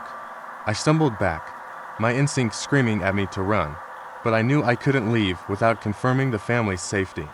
I took a deep breath, squaring my shoulders, and shone my flashlight in its direction. The beam of light cut through the darkness, revealing not one figure, but several shadows shifting just beyond the trees, their eyes glowing like embers in the night. I felt a rush of panic as I realized they were closing in on me, the growling growing louder. It was a sound unlike anything I had ever heard, a chilling mix of anger and desperation. I turned and ran, my boots slipping on the wet ground, my breath coming in sharp gasps. I darted through the trees, branches whipping against my face. I could hear them behind me, their movements swift and unnatural, and I pushed myself to go faster, fueled by sheer terror. As I burst back onto the main trail, the growling ceased. I stopped, panting heavily, glancing back into the woods. The darkness loomed silent, as if nothing had ever been there. I fumbled for my radio, my hands shaking. Just as I was about to call for help, I caught sight of a flicker of movement in the trees. It was then that I saw them. The family I had come to find was standing just at the edge of the clearing, staring at me with wide eyes. They were unharmed, but their faces were pale, their expressions frozen in fear. I rushed over, relief flooding my chest. I asked what had happened. The father shook his head, his voice trembling. They had been hearing strange noises all night, but when they stepped out of the tent to investigate, they saw something in the shadows watching them. They didn't know what it was, but it terrified them into staying inside. As we gathered around my truck, the father suddenly pointed behind me. I turned slowly, dread washing over me. Just beyond the trees stood the figure again, but this time it was smiling, a twisted grin splitting its face. My heart dropped as the realization hit me. It had been playing with us, waiting for the right moment to strike. In that instant, the lights on my truck flickered, and I felt a cold breeze brush against my neck. The family clutched each other, and I could feel my body tense as the air grew thick with malice. I couldn't shake the feeling that this was only the beginning. We had survived for now, but the woods were still alive with something sinister, and we were far from safe. As a park ranger, I had grown accustomed to the eerie stillness of the woods. It was mid-October, and the vibrant autumn leaves painted the landscape in fiery reds and oranges. Most visitors had left, leaving the park in a haunting solitude that felt almost alive. I was patrolling the area when I received a call over the radio. A family had reported hearing strange noises outside their tent, something that sounded large and menacing. I set out on foot, a flashlight in hand, my heart racing. The night air was thick with tension, and the shadows loomed ominously among the trees. The path to the campsite felt longer than usual, each snap of a twig underfoot echoing in the stillness. The family had set up camp deep in the woods, far away from the main trails. As I approached, I noticed an unusual quiet, the kind of silence that seems to hold its breath. When I reached their campsite, the tension in the air became palpable. The tent was unzipped but empty, their belongings strewn about haphazardly. My gut twisted as I called out for them. No response. I stepped inside the tent, my flashlight beam slicing through the darkness. Everything appeared untouched, but the unsettling absence of the family gnawed at me. I heard it then, a low growl that sent chills down my spine. I stumbled back outside, scanning the perimeter. My heart raced as I noticed fresh claw marks on the ground, deep and jagged, surrounding the tent. I cursed under my breath, my instinct screaming that something was very wrong. I should have turned back then, but my ranger training kicked in. I had to find them. I ventured deeper into the woods, calling out for the family. The growl reverberated through the trees again, closer this time. It was guttural, a sound that belonged to something primal. Suddenly, a figure darted through the trees, its movement too swift for a human. My flashlight flickered, and for a brief moment, I caught a glimpse of a tall, lanky silhouette with glowing eyes. Panic surged through me as I stumbled backward, the darkness swallowing my light. I turned and ran, branches scratching at my arms as I darted through the underbrush. I heard it behind me, its growl morphing into a harsh cackle that pierced the night. I pushed myself harder, adrenaline pumping through my veins, desperate to escape whatever hunted me. Finally, I burst onto a familiar trail, breathless and disoriented. I fumbled for my radio, calling for backup, my voice a frantic whisper in the static. I didn't want to admit how scared I was, but fear clawed at my insides. As I waited, I could hear the rustling in the bushes, that low growl echoing closer. I turned, prepared to face whatever came next. Moments later, another ranger arrived, flashlight beaming into the dark. Relief washed over me, but I quickly warned him of the creature. We gathered our courage and approached the family's campsite, but the creature was gone. The only signs of disturbance were the deep claw marks and the ransacked tent. Then we heard its screams coming from deeper in the woods. My stomach twisted as we sprinted toward the sound, hearts pounding. What if we were too late? As we reached a clearing, we saw the family huddled together, terrified but unharmed. The relief was overwhelming until I turned to see what they were pointing at. In the center of the clearing stood the creature, its long limbs twitching and contorting in unnatural ways. But then I realized something horrifying. The creature was mimicking the father's voice. "Help me," it called, but the tone was twisted, dripping with malice. It wasn't just a monster. It was a horrifying imitation, feeding on their fear. In that moment, everything clicked. The growls were not of a beast, but of a being capable of deception. It fed on the fear of its prey, luring them into the darkness. We backed away slowly, not daring to turn our backs on it, the family still frozen in shock. My heart raced as I realized our only chance was to leave this clearing. We moved together, inching backward until we were out of its reach. The creature screeched in frustration, the sound echoing through the trees. I grabbed the family's arms, urging them to run. The woods felt alive with danger as we raced back to safety, knowing we had escaped a fate worse than we could imagine. As we reached the edge of the park, I glanced back at the dark woods, knowing the true horror had only just begun. As a park ranger, I've spent countless nights alone in the deep woods, but nothing prepared me for that Halloween weekend. The air was thick with an eerie silence as I patrolled the trails, the trees standing like dark sentinels under the moonlight. Most campers had left for the season, leaving only a handful of brave souls to brave the chill. I didn't mind. The quiet was almost comforting. That evening, I received a radio call from a family camping in the more isolated part of the park. They were having a Halloween-themed campfire and invited me to join. I was hesitant, but agreed, thinking it would be good to check on them. I set out, flashlight in hand, making my way through the winding trails. The moon was a mere sliver in the sky, casting unsettling shadows that danced around me. As I approached their campsite, I felt a chill creep up my spine. The fire flickered weakly, illuminating the faces of the family to parents and their young daughter, all dressed in Halloween costumes. They greeted me warmly, inviting me to sit with them. The smell of roasting marshmallows filled the air, and laughter echoed through the trees. For a moment, everything felt normal. Then, the girl, dressed as a ghost, pointed to the tree line.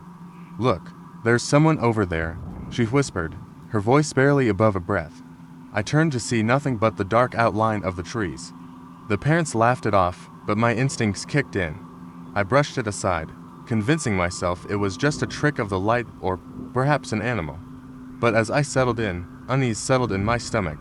The night wore on, and the girl continued to glance nervously toward the woods. She kept insisting there was someone watching us. The adults dismissed her claims, but I felt a prickle of fear.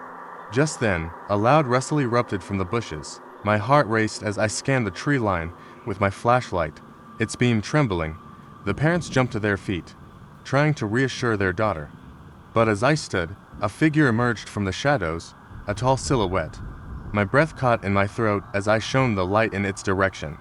The figure was thin and gaunt, its face obscured by a mask, but I could see the glint of something metallic in its hand. The parents screamed, and the girl hid behind her father. "Stay back," I shouted, stepping forward.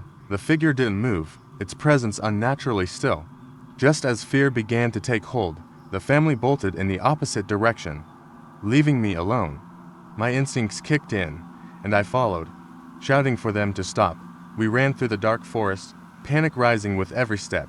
I could hear the figure following us, its footfalls light yet relentless. I couldn't shake the feeling that it was toying with us, waiting for the right moment to strike. The path twisted and turned, and I began to lose my bearings. The woods felt alive, branches reaching out like claws as we hurried through the underbrush.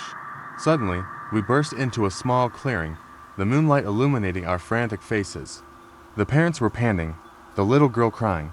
Just then, the figure emerged behind us, and I instinctively stepped in front of the family. I was ready to confront whatever horror this was when, without warning, the figure reached up and pulled off its mask. To my disbelief, it was a fellow park ranger I worked with, wearing a goofy smile and holding a fake axe. "Surprise," he shouted, his voice echoing through the clearing. The family and I stood there, stunned. Relief washed over me, quickly replaced by frustration. What the hell was that? I yelled. The ranger explained that he wanted to give the campers a Halloween scare, but clearly, he had taken it too far. The family was just as confused, their fear slowly turning to anger. The little girl, wiping her tears, asked, "Is that a real axe?" "No, sweetheart, it's just a prop," he said, chuckling. Just then, I noticed something behind him, a rustle in the bushes. My heart dropped as I turned my flashlight toward the sound. Out of the shadows stepped a real figure, hunched and menacing, with a glint of silver reflecting in the light. The ranger's face drained of color, and I realized with horror that the prank had attracted something far more sinister. The family and I backed away, panic setting in again as the true danger revealed itself. This was no joke anymore. The ranger dropped his prop and we all turned to run, leaving the clearing behind, our previous fright replaced by sheer terror. The woods, once familiar and safe, now felt like a haunted labyrinth, every shadow a potential threat. In the end, we all survived, but I knew I would never see the woods the same way again. The night had started with a scare, but had turned into something real and terrifying. It reminded me that sometimes, the things that go bump in the night are not just figments of our imagination, and the woods hold secrets that should remain undisturbed. As a park ranger, I've learned to appreciate the serenity of the woods, but that serenity can quickly turn into dread. It was the first week of October when I received a call about a family camping deep in the woods. They'd set up their tent near a secluded lake, and the father reported strange sounds echoing through the trees, unnatural and unsettling. I assured him I would investigate and pack my gear, feeling a growing unease. It was late afternoon when I set out, the sun dipping lower and casting elongated shadows. The path twisted through dense foliage, each step echoing in the silence. The vibrant hues of autumn leaves were almost too beautiful to warrant concern. Still, I couldn't shake the feeling that something was off. As I approached the campsite, the air thickened with tension. I spotted their tent nestled among the trees, but noticed something strange. The campsite was eerily quiet. I called out, but only the wind responded. My instincts screamed at me to turn back, but I pressed on, pushing aside the gnawing feeling in my stomach. The first thing I noticed was a half-empty cooler, and my heart sank. It was as if they had just left, but something felt wrong. I stepped inside the tent, half expecting to see the family gathered around, but it was empty. Their sleeping bags were laid out, but personal items were strewn around as if they had been in a hurry. A flicker of movement caught my eye from outside. I stepped out cautiously, scanning the area. That's when I heard a low, rhythmic thumping noise coming from the edge of the forest. I followed the sound, my pulse racing. The trees thickened, their branches twisting together like skeletal fingers. As I approached, the thumping grew louder and seemed to pulse in sync with my heartbeat. My flashlight flickered, and I cursed under my breath as I tightened my grip. The beam of light revealed a tall figure standing at the edge of the trees. It was covered in dark, matted hair, and its limbs appeared unnaturally long. I was paralyzed for a moment, and then it turned its head toward me, its eyes glowing faintly in the darkness. Before I could react, it vanished behind the trees, leaving only the echo of its thumping sound. Fear coursed through me, and I bolted back toward the campsite. I had to find the family and get them out of here. As I ran, the woods seemed to close in around me, branches clawing at my clothes, as if trying to hold me back. When I reached the campsite, I quickly grabbed my radio to call for backup, but it crackled with static. The fear clawing at my throat deepened. Just then, I heard a scream, piercing and desperate, coming from the direction of the lake. I sprinted toward the sound, praying I wasn't too late. I emerged onto the lakeshore, and there they were, the family huddled together, staring wide-eyed at something in the water. I followed their gaze, and my stomach dropped. The figure I had seen earlier was now standing knee-deep in the lake, water dripping from its elongated limbs, its face obscured by shadows. In an instant, it turned its head toward us, and I felt a jolt of terror as it took a step forward, moving as fluidly as a shadow. Just then, the family scrambled back, and I shouted at them to run. I grabbed the father's arm, urging him to get his family moving. We ran back through the trees, the fear propelling us forward. I led them to a clearing where we could see the distant glow of the park's visitor center. It felt safe, and the sound of the creature faded behind us. We reached the building, breathless and terrified, but when I turned to check on them, my heart sank. The family was gone, no footprints in the mud, no sign of their presence. I stumbled back, my mind racing. I had been talking to a family just moments before. I called out for them, panic flooding my senses. Then, I turned around, and there it was again, the creature. This time, it was standing right behind me, a chilling grin stretching across its face. I was frozen in place, but before I could scream, it whispered in a voice that chilled me to the bone. "You shouldn't have come here." And then it vanished into the shadows, leaving me alone, surrounded by the dense woods, knowing that whatever had taken the family would not stop until it claimed me too. As a park ranger, I had seen my fair share of strange occurrences in the deep woods, but nothing could prepare me for what happened on that chilly October evening. It was the end of the camping season, and the air was filled with a crispness that hinted at the winter to come. I was on patrol, ensuring the last few campers packed up and left before dark. I was nearing a secluded part of the park when I noticed a flickering light through the trees. Curious, I veered off the trail, thinking it might be a camper who had lost their way. The forest grew denser as I approached, and the sunlight dimmed. It felt like I had stepped into another world, one where the shadows loomed heavier and the air turned thick with tension. As I crept closer, I saw a tent. The glow of a lantern inside flickered rhythmically, casting ghostly shadows. I called out, but there was no response. I cautiously stepped up to the tent and unzipped the flap. Inside was a family, mom, dad, and 2 kids, all huddled together, fear etched on their faces. I asked what was wrong, and they glanced at each other, their eyes wide. The father spoke in a hushed tone, saying they heard strange noises outside. At first, they thought it was just the wind, but as the night progressed, it grew more unsettling. He mentioned hearing what sounded like whispers and the rustling of leaves. But then came the worst part. Just before I arrived, they saw a shadow pass by their tent, something tall and thin, that walked onto legs, but didn't look entirely human. I tried to reassure them, telling them it was probably just a deer or another animal. But the uneasy feeling in my gut told me otherwise. I suggested they pack up and follow me back to the ranger station. They agreed, relieved to leave the tent behind. As we began to gather their things, I noticed something strange outside. The whispering had returned. It was a low, unintelligible sound, echoing from the depths of the trees. The family froze, their eyes darting around, and I felt the hairs on the back of my neck stand up. I shone my flashlight into the darkness, but all I could see was the black expanse of trees. The whispers grew louder, swirling around us like an angry wind. I told everyone to stay close and led them away from the tent, my heart racing. Suddenly, a loud crash echoed from behind us. We turned to see the lantern flicker violently before going dark. Panic surged through the family as I pushed them to move faster. We trudged through the underbrush, branches snagging at our clothes, the whispers following us, echoing like a taunt. The feeling of being haunted crept into my bones. We reached the trail, and relief flooded over me as we emerged into the dim light of dusk. I hurried the family along the path, keeping an eye over my shoulder. That's when I saw it.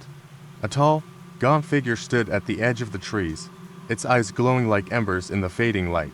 My blood ran cold as the whispers shifted to a chilling laughter that made my stomach churn. I urged the family to keep moving, and we hurried down the path, adrenaline pumping through my veins. We finally reached the ranger station, where I quickly ushered them inside. As I locked the door behind us, I glanced back out into the woods. The figure was gone, but the laughter lingered, an echo that hung in the air. After the family calmed down, I began to explain what had happened, hoping to downplay the fear. But just then, the radio crackled to life, breaking the silence. It was another ranger reporting strange noises and shadows seen near a different campsite. My heart dropped as the realization hit me there were more campers in danger.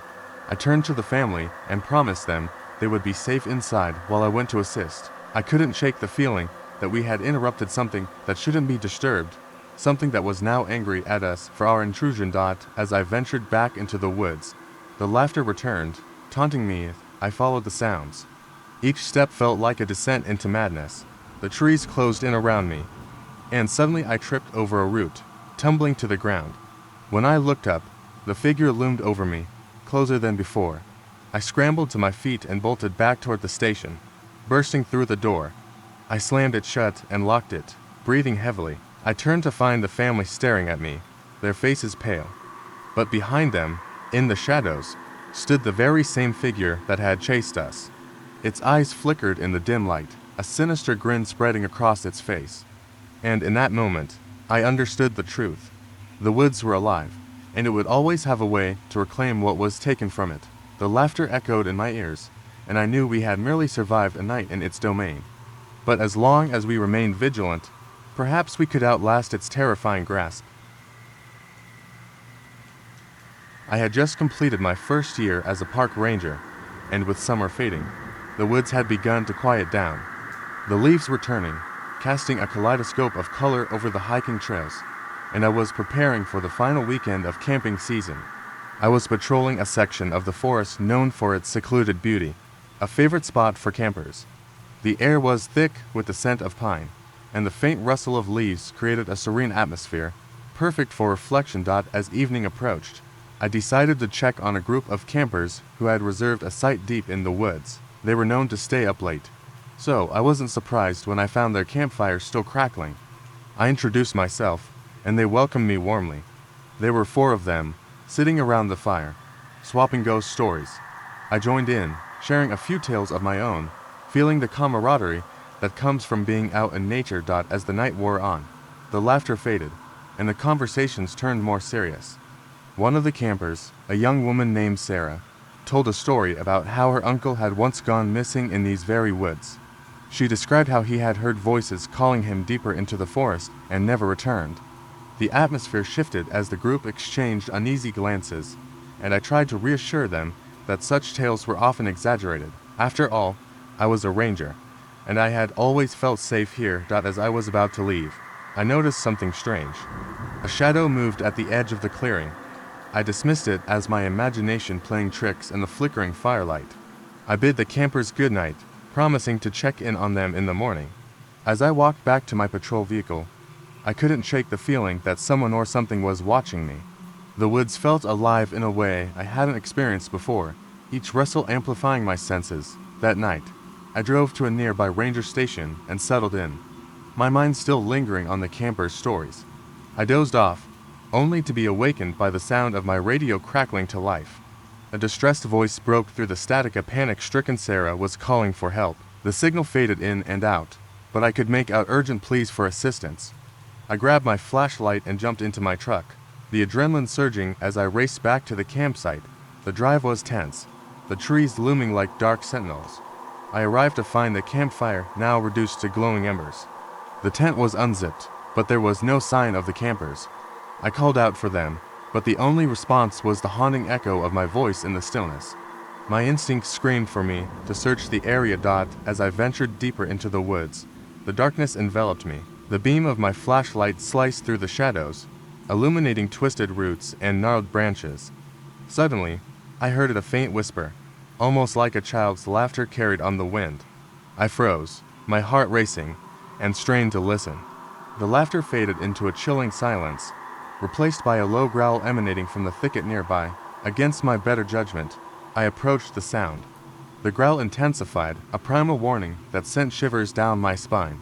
I aimed my flashlight toward the noise and nearly dropped it when I saw a creature lurking just beyond the trees. It was tall, unnaturally thin, with elongated limbs and hollow, hungry eyes that glinted like shards of glass. Panic surged through me, and I turned to flee, the creature's growl echoing in my ears. I sprinted back to the campsite, my breath coming in ragged gasps. I knew I had to get to my truck and call for backup. Just as I reached the clearing, I heard a commotion behind me. I spun around, ready to confront whatever was chasing me, only to find the campers emerging from the trees, their faces pale with fear. They explained that they had gone for a midnight hike, drawn by the same laughter I had heard. They had stumbled upon the creature, which had terrified them into fleeing. We all scrambled into the truck, hearts pounding, and I radioed for help. As we sped away from the woods, I glanced in the rearview mirror. For a fleeting moment, I saw the creature standing at the edge of the trees, its hollow eyes fixed on us, but then it vanished into the darkness. We were shaken, but grateful to have survived the night. However, as we recounted our experience back at the ranger station, we discovered that the campers had been missing for nearly 2 days. My heart sank at the realization we had encountered something supernatural in those woods, and the shadows were far more treacherous than I ever imagined. The evening sun was sinking below the horizon as I patrolled the forest trails, the fading light casting long shadows between the trees. As a park ranger, I had learned to love the isolation and beauty of the deep woods, but tonight felt different. The chill in the air hinted at an approaching storm, and I couldn't shake the sense that something was off. Around dusk, I received a call on the radio about a family camping a few miles from my current position. They reported strange noises surrounding their tent. The mother sounded terrified, insisting it was something big prowling just beyond their campsite. I assured her I would head over immediately. After a quick check of my gear, I set off down the narrow trail. The deeper I walked into the forest, the more oppressive the atmosphere became. The trees loomed overhead, blocking out what little light remained. My flashlight illuminated only a few feet ahead, and the darkness seemed to swallow the beams whole. As I trekked onward, the only sounds were the crunch of leaves beneath my boots and the occasional rustle in the underbrush. I kept my radio on, hoping to stay in touch with the family as I approached. When I reached their campsite, the first thing I noticed was the stillness. The family's tent was pitched in a small clearing, but there were no signs of life. My heart raced as I called out to them. Silence enveloped me, thick and heavy. I stepped closer and peered inside the tent, but it was empty. The sleeping bags lay undisturbed, and the gear was neatly packed. Something twisted in my gut as I wondered where they could be. Suddenly, A loud crash echoed from the trees nearby. I jumped, spinning around with my flashlight aimed into the darkness. The beam caught a glimpse of movement, a dark shape darting between the trees. Adrenaline surged through me. I yelled for the family, hoping they would respond, but only the wind answered. I decided to check the surrounding area. I took a few steps into the trees when I heard it, a low growl, rumbling and guttural. It sent chills down my spine. I felt like prey in a predator's territory. I called again, my voice trembling, but there was still no response. I was alone. The growling grew louder, closer. I turned to run back to the clearing, but I stumbled over a root and fell hard to the ground. My flashlight flew from my hand, clattering away into the darkness. I scrambled to my feet and frantically searched for the light. As I reached for it, I felt something brush against my arm. Panic gripped me, and I recoiled, heart racing. The flashlight flickered back to life in my hand, and as I turned, I saw it. A massive creature stood just a few feet away, its eyes reflecting the light like two glowing coals. It was tall and gaunt, its limbs impossibly long. A deep growl emanated from its throat, vibrating in the air around me. My instincts screamed at me to flee, but I was frozen in place. Then, without warning, the creature lunged toward me. I ducked just in time, narrowly avoiding its grasp. I sprinted back to the tent, desperately calling for the family as I ran. I could hear the creature crashing through the underbrush behind me. My lungs burned, but I pushed forward, desperate to reach safety. I burst into the clearing, and to my shock, I found the family emerging from the trees, their faces pale and wide-eyed. They looked like they had been running too. I quickly waved them over and led them back to their tent. We huddled together, and I explained what I had seen. Just then, we heard the growl again, closer this time. We scrambled into the tent, my heart pounding as I pulled the flap shut. The creature's claws scraped against the tent fabric, and I felt its weight pressing against the structure. It felt like it was toying with us, waiting for us to show ourselves. Then, just as suddenly as it had started, the creature stopped. Silence enveloped us. We waited, holding our breath, unsure of what to expect. After a long moment, the family's youngest child whispered, "Where did it go?" I took a deep breath and slowly opened the tent flap, peering out. The clearing was empty. The creature had vanished. As we stumbled out into the moonlight, I noticed something strange on the ground, a footprint, but not a normal one. It was human-sized and oddly shaped, as if someone had been standing there all along. I turned to the family, and their faces mirrored my shock. What had chased us? Where had it gone? We looked at each other, a silent understanding passing between us. The true horror of the night was not the creature itself, but the fact that it could take on the form of a human.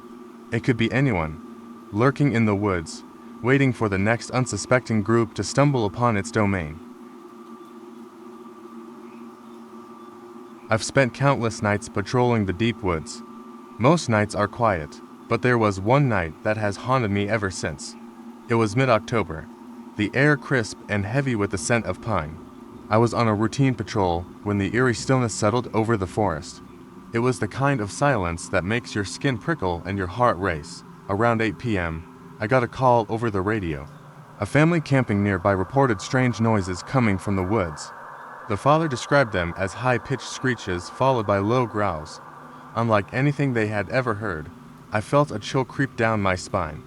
I told them I would check it out, trying to keep my voice steady. As I hiked toward their campsite, the forest seemed to close in around me. The shadows deepened, swallowing the light from my flashlight. I could hear the wind rustling through the branches, but there was something else, a low thudding sound echoing in the distance. It felt unnatural, rhythmic, almost as if something was moving through the trees. When I finally reached the campsite, it was eerily quiet. The family's tent stood dark and still, the flickering light of their campfire casting long shadows on the ground. I called out to them, but received no reply. A knot formed in my stomach as I unzipped the tent. Inside, their belongings were scattered, but the family was gone. Their sleeping bags lay untouched, and I noticed a half-eaten bag of marshmallows abandoned by the fire. Then I heard it again, the thudding sound, now closer and more urgent. Panic surged through me. I stepped out of the tent, gripping my flashlight tightly. The air was thick with tension, and the shadows seemed to writhe, almost alive. I swept the light around, searching for any sign of the family. That's when I saw it, something moving between the trees. A tall figure emerged from the darkness, its shape distorted and unnatural. It looked humanoid, but its limbs were too long, its head oddly shaped. I froze, my heart pounding in my ears. The creature turned its head toward me, revealing eyes that glowed like embers. I stumbled back, fear clawing at my throat. The creature let out a shriek that pierced the night, a sound that sent chills racing down my spine. I turned and ran, sprinting down the path, my flashlight beam bouncing wildly. I could hear the thudding sound behind me, getting closer with each step. The adrenaline surged through me as I pushed myself harder. Just when I thought I couldn't run any longer, I burst onto the main trail where I had parked my truck. I fumbled for the radio, breathless as I called for backup. I needed help. I needed to find that family. After what felt like an eternity, another ranger arrived. A flashlight in hand, we retraced my steps back to the campsite, but the creature was gone. I explained everything to my fellow ranger, and we searched the area thoroughly. The family was still missing. Just as we were about to give up, I noticed something unusual. A set of footprints leading away from the campsite, deep imprints in the soft ground that looked far too large to belong to any human. I followed the prints, my heart racing again. They led deeper into the woods, away from the main trails. The moonlight barely penetrated the thick canopy above us. After several minutes of walking, we found ourselves in a small clearing. In the center stood a massive tree, with its trunk gnarled and twisted, and at the base of that tree lay the family's belongings: hiking boots, a backpack, and even a stuffed animal. But there was no sign of them. As we stood there, trying to make sense of it all, I heard a soft whimper. I turned to see the ranger beside me, his face pale and ashen. Then it happened. The ground beneath us shifted, and the massive tree creaked ominously. I stumbled back as I realized the truth. The tree wasn't just a tree, it was a trap, a living thing. The roots twisted and curled, reaching out like fingers, searching for more. Suddenly, the tree shuddered violently, and I was knocked to the ground. The ranger shouted, but the sound was drowned out by a deafening roar that shook the earth. I scrambled to my feet and ran, never looking back. The next morning, the search teams found the family unharmed, wandering near the edge of the woods, unaware of what had transpired. They insisted they had only gone for a short walk and had become disoriented in the darkness.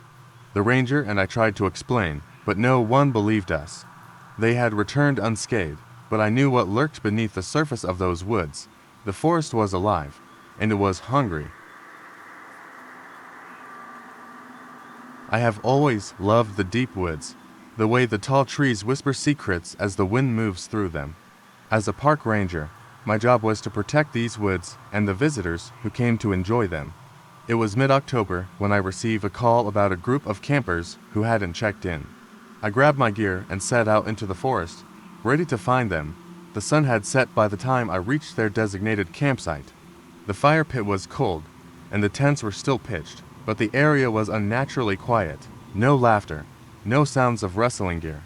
I called out, hoping for a response, but silence met me. I stepped inside the nearest tent. Their sleeping bags were untouched, and the gear was scattered but still there. My heart raced as I realized something was wrong. I scanned the area, looking for signs of a struggle, but found nothing except a small trail leading deeper into the woods.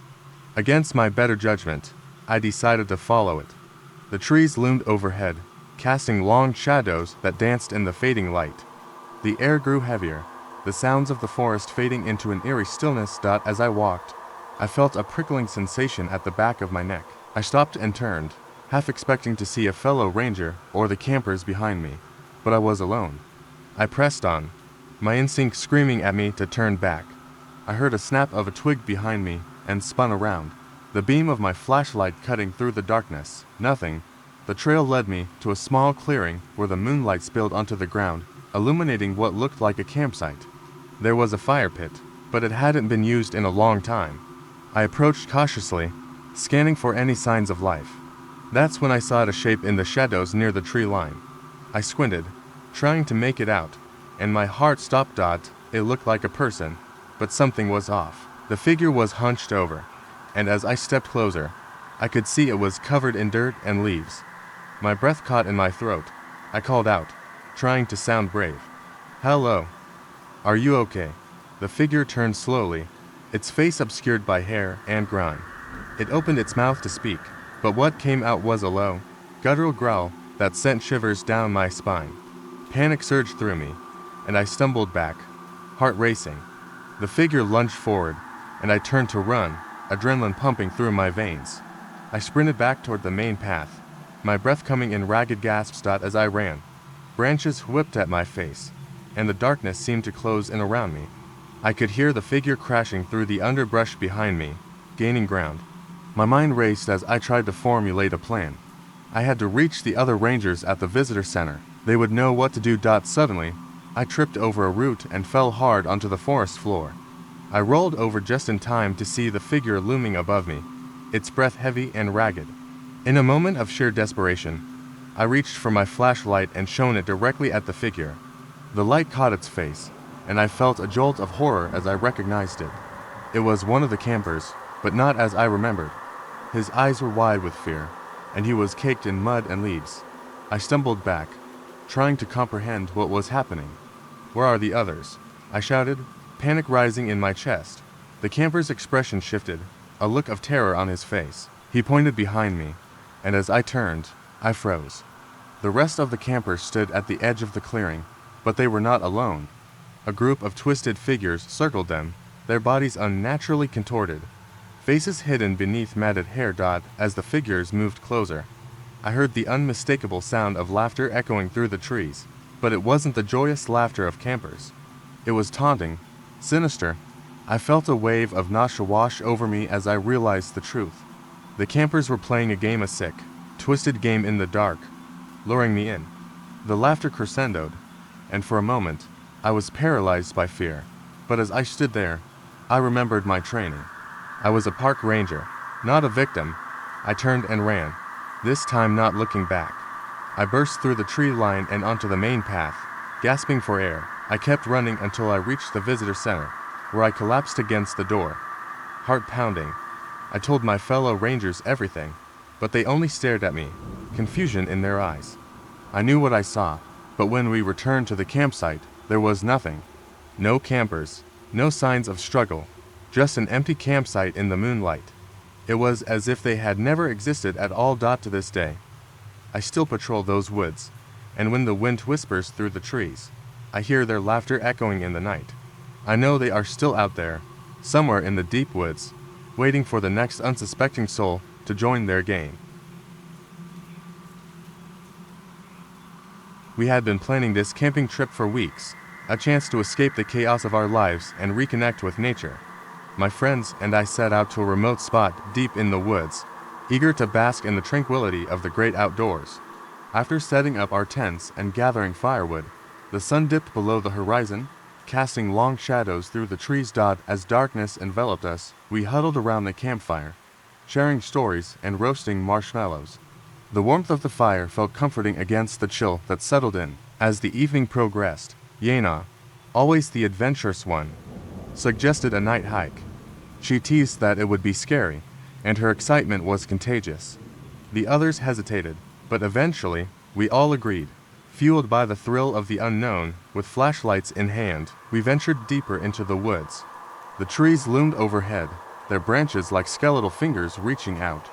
The forest was alive with sounds, the rustle of leaves, the call of distant owls, but it also felt eerily quiet, as if nature was holding its breath. We laughed and joked, but an undercurrent of unease settled among us as the darkness thickened. Suddenly, a chilling sound pierced the night.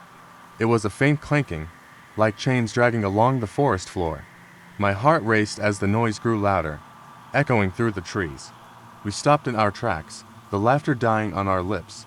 Then we saw tiny pinpricks of light glowing in the distance, slowly moving toward us. Panic surged through me.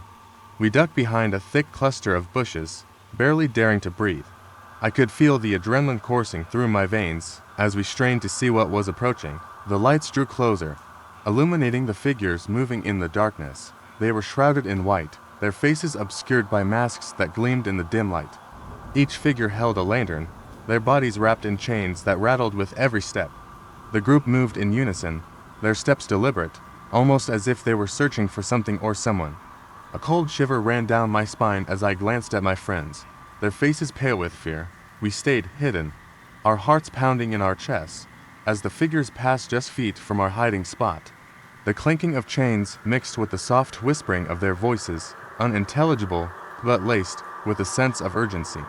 I couldn't shake the feeling that they were aware of our presence, that they were hunting for us. After what felt like an eternity, the figures moved on, disappearing into the darkness. We waited in silence, our minds racing with questions. Who were they? What did they want? As dawn approached, we finally emerged from our hiding place. Shaking with fear and disbelief, we made our way back to camp, still in shock from what we had witnessed. As the sun rose, illuminating our campsite, we felt a wave of relief wash over us. But that relief quickly turned to dread as we approached the fire pit. Our gear was scattered, the tents torn, and the fire, which we had put out before our hike, was blazing brightly. In the dirt beside the fire, words were scrawled hastily. "You shouldn't have come." Panic surged through us again as we realized someone had been here. Someone had vandalized our camp while we were gone. I turned to my friends, their faces pale, and we all felt the same unspoken thought. We needed to get out of there. We quickly packed up what we could salvage, our hearts racing as we kept glancing over our shoulders, half expecting those masked figures to emerge from the trees. As we stumbled back to our car, we couldn't shake the feeling of being watched. When we finally drove away, the forest faded into the background, but the sense of dread lingered. I thought about how quickly our adventure had turned into a nightmare. It wasn't until we were miles down the road that I dared to glance at the rearview mirror. I froze. Standing in the road, illuminated by the morning light, was a figure in white, the same mask gleaming in the sun, a lantern swinging at their side. I gasped, and my friends turned to look, but by the time we turned around, the road was empty. We never spoke of that night again, but every year, when fall approached, I felt that familiar chill creep back in, reminding me that the woods were not as empty as they seemed, and that some secrets are best left undiscovered. When I was younger, I spent many weekends camping with friends in the woods. This one particular trip was planned to celebrate the end of summer, just before school started. It was me, my cousin Emily, and our two friends, Jake and Sarah. We set up camp in a remote area, far from the busy trails and the noise of the city. The trees were tall and the air smelled of pine, a crispness that reminded us of adventure. After setting up our tents, we gathered around the campfire, roasting marshmallows and telling ghost stories as dusk turned to night. Sarah had brought her guitar, and we strummed out tunes under a star-filled sky. As the night deepened, I felt a strange energy in the air, almost electric, but I shrugged it off as excitement. As the fire crackled, Emily suggested a night hike. The woods were dark and inviting, and fueled by our earlier stories, we decided to go for it. We grabbed our flashlights and made our way into the forest. The moment we stepped off the clearing, the sounds of the night enveloped us. The chirping of crickets was punctuated by the rustle of leaves, a haunting symphony that was both thrilling and unnerving. We walked for what felt like an hour, chatting and laughing, when suddenly a loud rustling came from the bushes nearby. It sounded almost like a growl. The laughter died instantly, replaced by a heavy silence. We exchanged nervous glances, each of us wondering if we should turn back. Jake, always the brave one, insisted it was probably just a deer. So, we pressed on. As we moved deeper into the woods, we noticed something odd. The trees seemed to close in around us, blocking the moonlight and casting eerie shadows that danced just beyond our line of sight. Then came the sound again. This time it was closer and more pronounced, a scraping noise like nails against wood. My heart raced, but curiosity pushed us forward. Just then, we stumbled into a small clearing, illuminated by our flashlights. There, we found an old, dilapidated cabin, its windows shattered and door hanging off its hinges. It looked abandoned, yet there was a strange feeling that we weren't alone. Despite the unease creeping over us, we approached the cabin, driven by adrenaline and the need for exploration. As we neared the door, I noticed something glimmering in the dirt. I knelt down to inspect it and gasped. It was a small, rusty key. I turned it over in my hand, feeling the weight of its history. My friends gathered around, intrigued. We decided to look inside, the thrill of discovery overshadowing our instincts to leave. With some effort, we pushed the door open, and it creaked loudly, the sound echoing in the night. Inside, the air was thick with dust and decay. Cobwebs hung in every corner, and the floorboards groaned beneath our feet. As we explored, Sarah suddenly screamed, pointing to the wall. There were strange symbols carved into the wood. Some looked like faces, others like claws reaching out. We stepped back, our hearts racing. Then, without warning, the cabin door slammed shut behind us. We jumped, panic surging as we rushed to the door, but it wouldn't budge. The air grew cold, and a feeling of dread settled in our stomachs. Then, we heard the sound of footsteps outside, slow and deliberate, moving around the cabin. Jake pushed against the door with all his might, and just as it started to budge, the footsteps stopped. We held our breath, the silence almost deafening. We decided to stay quiet, hoping whatever was out there would leave us alone. But then came a low whisper, so soft we could barely hear it. It was unintelligible, but laced with malice, sending chills down my spine.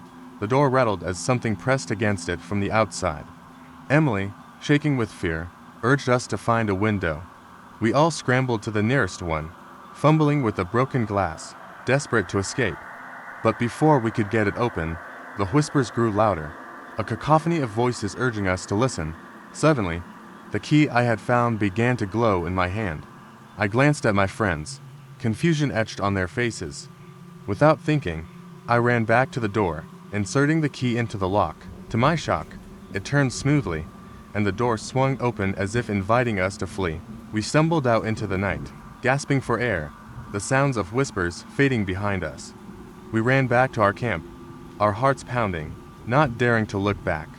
When we finally reached the safety of the fire, we collapsed in a heap, shaking with adrenaline and fear. But the night was not over. As we settled down, I noticed the key still clutched in my hand. My stomach dropped as I realized the symbols I had seen in the cabin were now etched into my skin, forming a pattern on my wrist that burned like a brand. We were never meant to leave that cabin, and I could feel something watching us from the darkness, waiting for its time. It was supposed to be an easygoing weekend trip, just a simple getaway deep in the woods with my friends. We planned everything out: tents, food, flashlights, and extra batteries. We'd chosen a spot by the lake, miles from the nearest road, so we wouldn't see another soul for days. The first day went perfectly, hiking, swimming, laughing by the fire as the sun went down. The isolation made everything feel a little surreal, like we'd stepped into a world of our own. It was after dinner, with night fully settled around us, that Yena suggested we explore the area. She'd always been the adventurous one, pushing us to do things we wouldn't otherwise. We took our flashlights and set off, joking that she was leading us on a ghost hunt. As we walked, the woods thickened, swallowing our voices and muffling our laughter. Shadows danced along the ground, strange in the beams of our flashlights, and the trees grew denser, leaning over us like they were watching. At some point, the trail split off, and Yena darted ahead before anyone could stop her. We tried calling her back, but she laughed and said she'd meet us back at camp in a few minutes. Not wanting to argue, we kept walking, staying on the main path. We turned back after a while, realizing we'd been gone longer than we'd planned, and headed to the campsite. We figured Yena would already be there, probably lying in wait to jump out and scare us, but the campsite was empty when we returned. Her things were still where she'd left them, untouched. The fire was almost out, just a few embers crackling quietly, casting a faint orange glow over the tents. Panic started to creep in, and we called her name, listening to our voices echo into the dark trees. Silence answered us, thick and unnerving.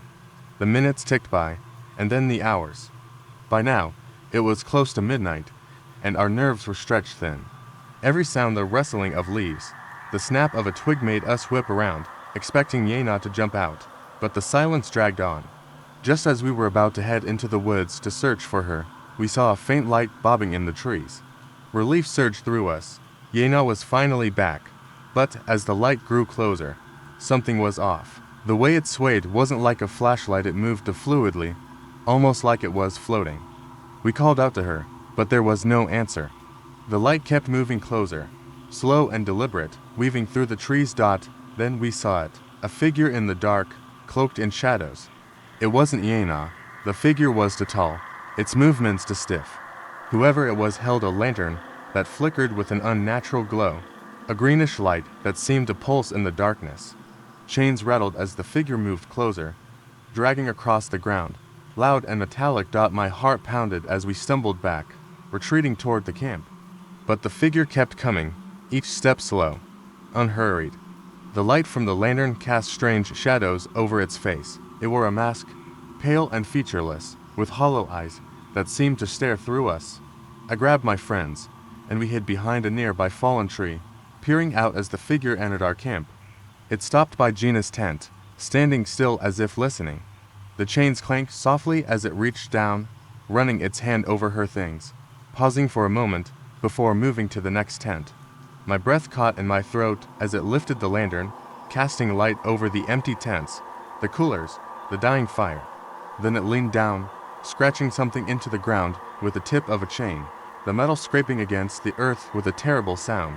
After what felt like hours, the figure turned, vanishing back into the trees, the light from the lantern fading with it. We stayed hidden until the first light of dawn broke through the trees. Only then did we dare to creep back to our camp, every step careful, as if that figure might suddenly reappear. On the ground, where the figure had knelt, were 3 words carved deeply into the dirt. "She's with you." Gina's belongings were gone. Her backpack, her sleeping bag, even her shoes were missing. Everything she'd brought had disappeared without a trace, leaving no sign that she'd ever been there at all. Without a word, we packed up, leaving behind whatever we couldn't carry. We didn't stop walking until we reached the car, not even looking back as we sped down the narrow, winding road away from that place. To this day, I can still hear the clanking of those chains in my nightmares, and sometimes, just when I think I've forgotten, I'll catch a faint whiff of that strange greenish light just for a second. None of us ever found out what happened to Yena, but we know one thing for certain. Whoever, or whatever, that figure was, it wasn't human. It was supposed to be a peaceful weekend camping trip with friends. We chose a remote spot deep in the woods, far from the sounds of the city. The kind of place where you can hear the rustle of leaves and feel the crunch of twigs beneath your feet. As the sun dipped below the horizon, we gathered around the campfire, laughing and telling stories. The air was filled with the smell of roasting marshmallows and the crackling of burning wood. Jenna suggested we go for a night hike to embrace the wilderness. The others were hesitant, but I felt adventurous. The mushrooms we had consumed earlier made everything feel magical, and I wanted to explore. The darkness felt like an invitation, pulling us into its depths. We grabbed our flashlights, the beams slicing through the night like knives. As we wandered deeper into the woods, the trees closed in around us, their branches twisted like skeletal fingers against the starry sky.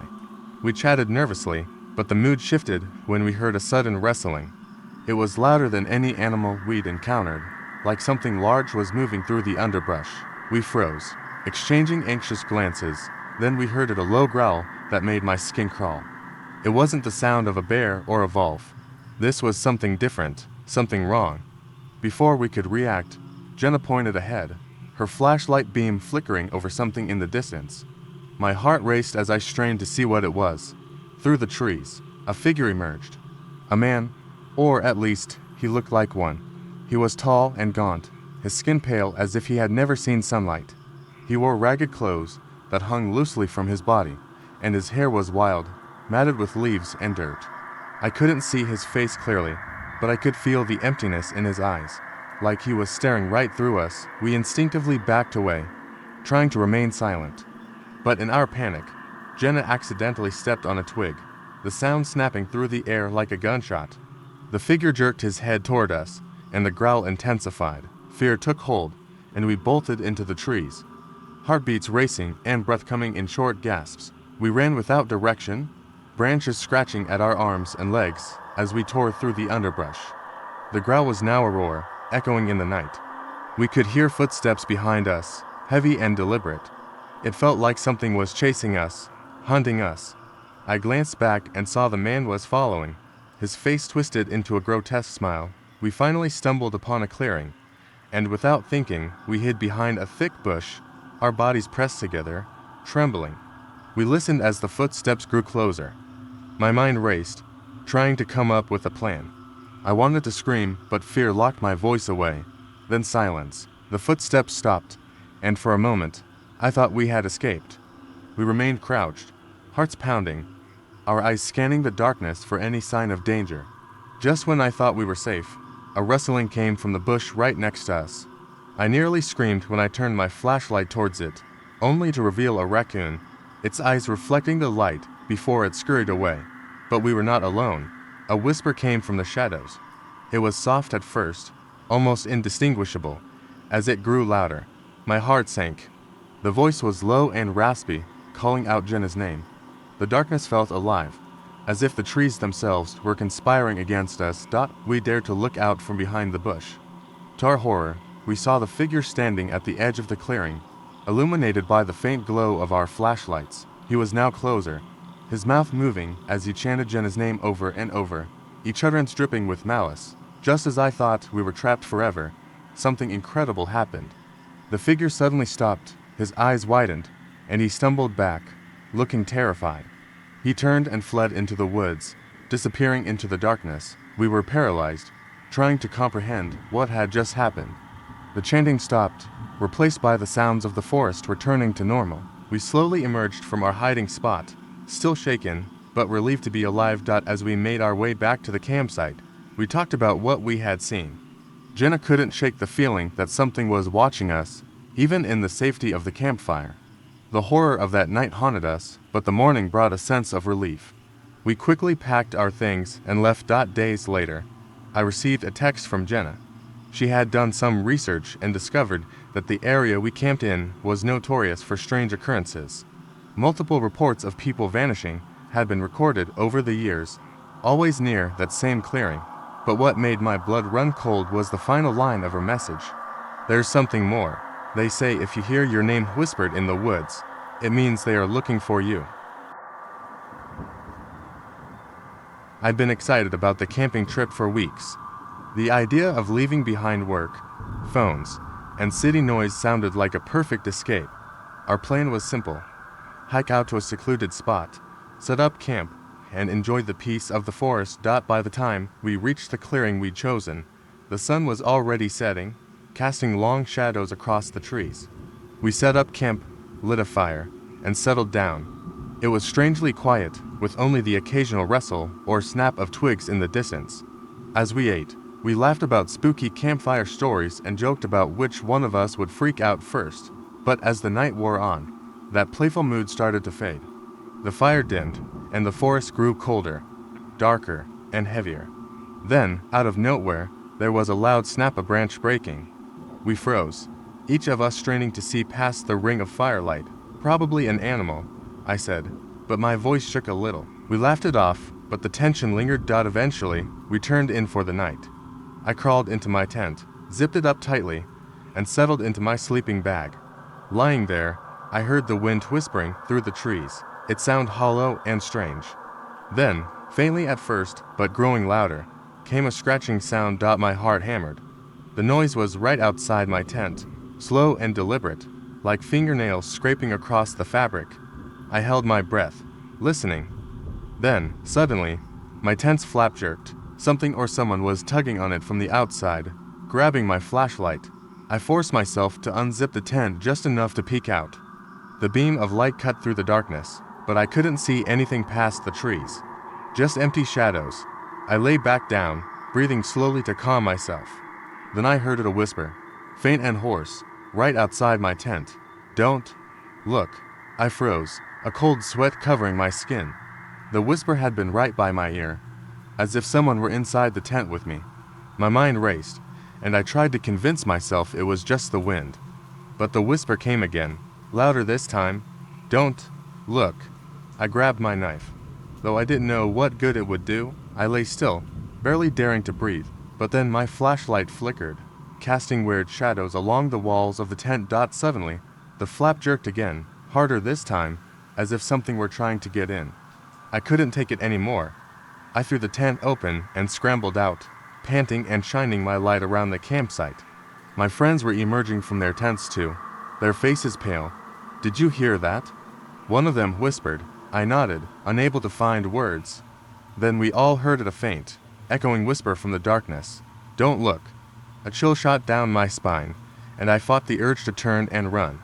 But before I could, I caught a glimpse of something in the shadows, a figure, impossibly tall and thin, watching us from behind the trees. We didn't wait to investigate. We grabbed our bags and started running down the trail, our flashlights bobbing wildly. I was breathing hard, too afraid to look back. But then I heard the whisper again, louder this time, "Goodbye." We didn't stop running until we reached the car, and we drove out of there without looking back. It's been months since that night, and none of us have been able to explain what we saw or heard. But the most chilling part came weeks later, when I was looking through our camping photos. In one of the last photos from that night, in the background just beyond the firelight, was a faint outline, tall, thin, and standing perfectly still. The air was thick with the scent of pine as we made our way to the campsite. It was one of those perfect weekends. The weather had been clear, and the night promised to be crisp.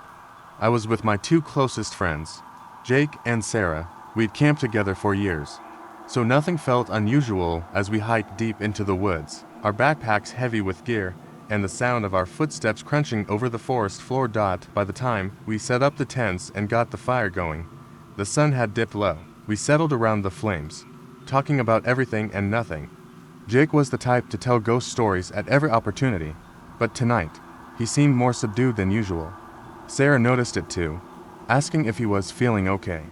He just brushed it off, but his gaze kept darting into the darkness beyond the firelight, like something was pulling at him from the shadows. We didn't think much of it.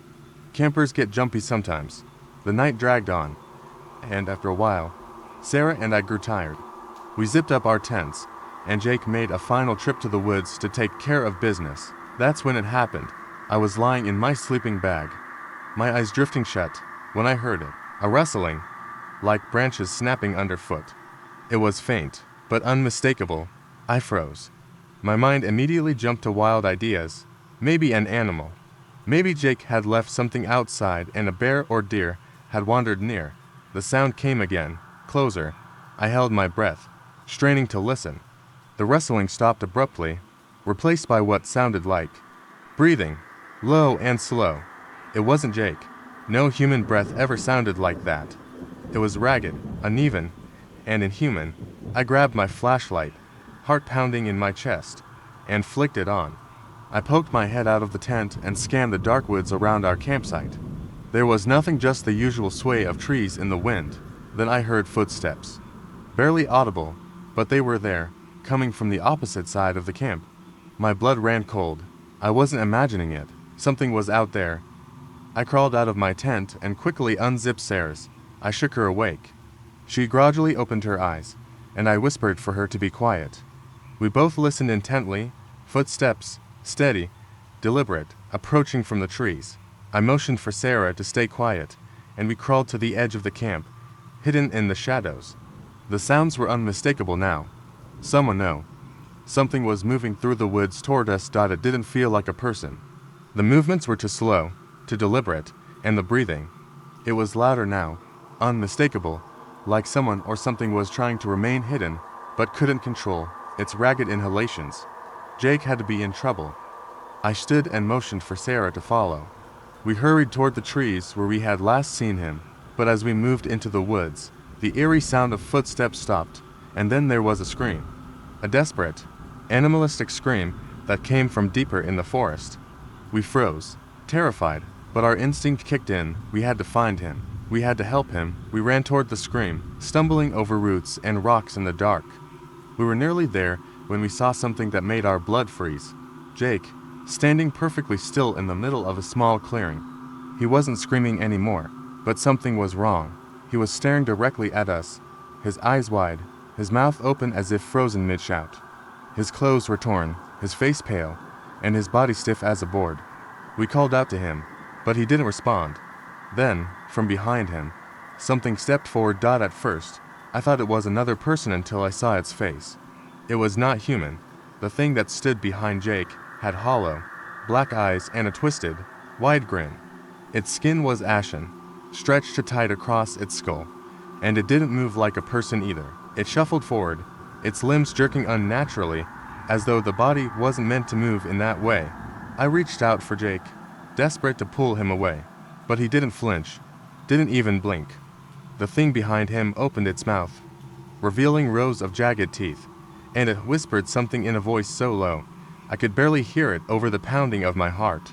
Then, it grinned again. The air around us seemed to thicken, like the very forest was holding its breath. I grabbed Jake's arm and yanked him back, pulling him as hard as I could. He stumbled, but didn't resist. We ran.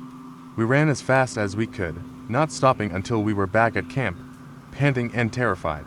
Jake was silent the whole time, his eyes still vacant and unfocused. He didn't speak a word.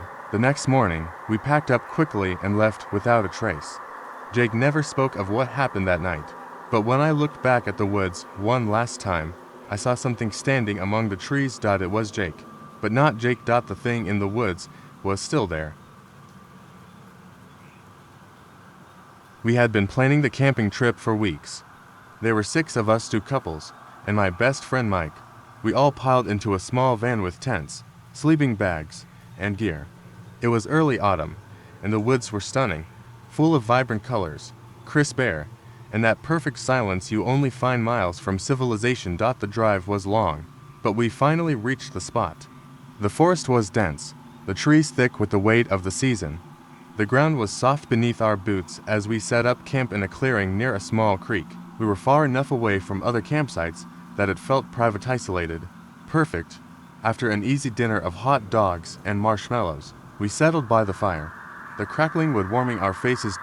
It started around midnight. At first, I thought it was just the wind rustling the leaves. Then I realized the sound was too rhythmic, almost like footsteps, soft but deliberate. The others didn't seem to notice. They were lost in conversation, laughing about something dumb Mike had said. But the footsteps grew louder, too close. I stood up, feeling a chill crawl up my spine.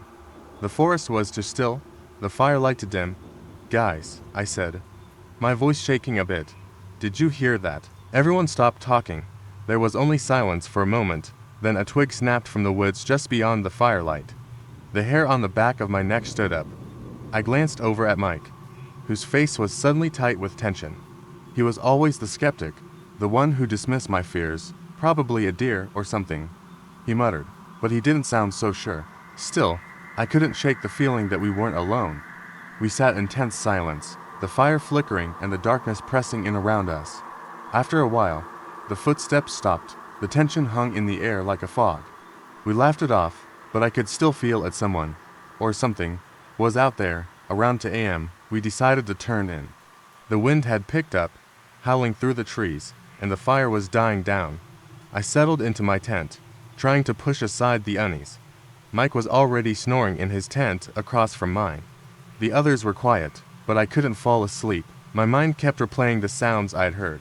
That rhythmic, deliberate step. It had sounded to human. I heard it again, just as I was starting to drift off. A soft step, then another, and then crunch. A heavy footfall much closer this time. My heart slammed in my chest. I grabbed the flashlight, hesitating, then unzipped the tent and stuck my head out. There was nothing, only the dark outline of trees. The creek, trickling in the distance. I stepped out, the cold air biting at my skin. The ground felt unnervingly soft under my boots as I walked toward the tree line, flashlight in hand. Then I saw a figure in the distance, just beyond the edge of the firelight, a shadow, standing still. "Hey," I called, my voice barely a whisper. The figure didn't move. I swallowed hard and stepped forward, my legs shaking. The light from my flashlight flickered, casting eerie shadows on the trunks of the trees. "Hello," I called again. A rustling came from the bushes beside me. My heart raced as I turned toward it, but before I could react, something gripped my arm. I whipped around, flashlight catching Mike standing there. He looked terrified. "Don't," he said, his voice low and urgent. "It's not a person." "What?" I asked, confusion washing over me. "Just get back to the fire. Now." I pulled away from his grip, still unsure, but his face was pale and shaking. We turned and hurried back to the camp, not daring to look behind us. As we reached the fire, the others were standing up, looking nervous. Mike yanked his tent shut and grabbed his knife. "I don't know what's out there," he said, eyes wide. But it's not a person. We sat in silence, the fire casting long, ghostly shadows on the trees. The night dragged on, each of us listening intently to the woods around us, but nothing happened. We stayed up, taking turns on watch, the hours ticking by. It wasn't until dawn that we finally let ourselves relax. The rest of the day passed uneventfully. By late afternoon, we packed up our camp, ready to leave. As we were gathering our things, I found something odd. One of our tents, the one closest to the tree line, had been slashed open along the side. No one had touched it, and we had all been accounted for the whole time. But what was even stranger was what I found lying on the ground near the terrace, small, withered notebook. I flipped it open. The pages were filled with strange, almost frantic writing, notes about the woods, sketches of trees, and at the very end, a single sentence: "You never leave. Not if they want you to stay." My blood ran cold. We weren't alone in those woods, but the thing that really chilled me to the core, the writing was in Mike's handwriting. It started as a typical weekend trip. A group of us decided to camp in a remote forest, far from the noise and bustle of the city.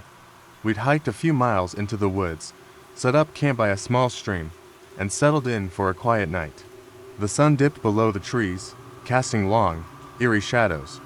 The air was cool, and the forest was peaceful to peaceful. There was an unsettling silence that we couldn't shake off, but we joked around, tried to ignore it, and got a fire going. The first few hours were fine. We ate, told stories, and laughed, but as the night deepened, the atmosphere shifted. The once distant sounds of the forest seemed to grow closer. The rustling in the trees felt heavier, like something was moving just out of sight. We laughed nervously, but I could tell that none of us were feeling quite as relaxed as we had earlier. At some point, we all retreated to our tents. I was in a small tent alone, nestled into my sleeping bag, trying to sleep. The wind outside picked up, and the trees began to sway. Then, I heard something, a faint scratching noise. At first, I thought it was just the wind, but the sound was too deliberate. It was rhythmic, like something or someone was dragging their fingers along the side of my tent. I tensed, my breath catching in my throat. The noise stopped, and I convinced myself it was nothing. But then I heard it again, louder this time. The sound wasn't just against my tent, it was moving, traveling, circling me. I could feel my heart pounding in my chest. Then there was a sharp tug on the tent flap.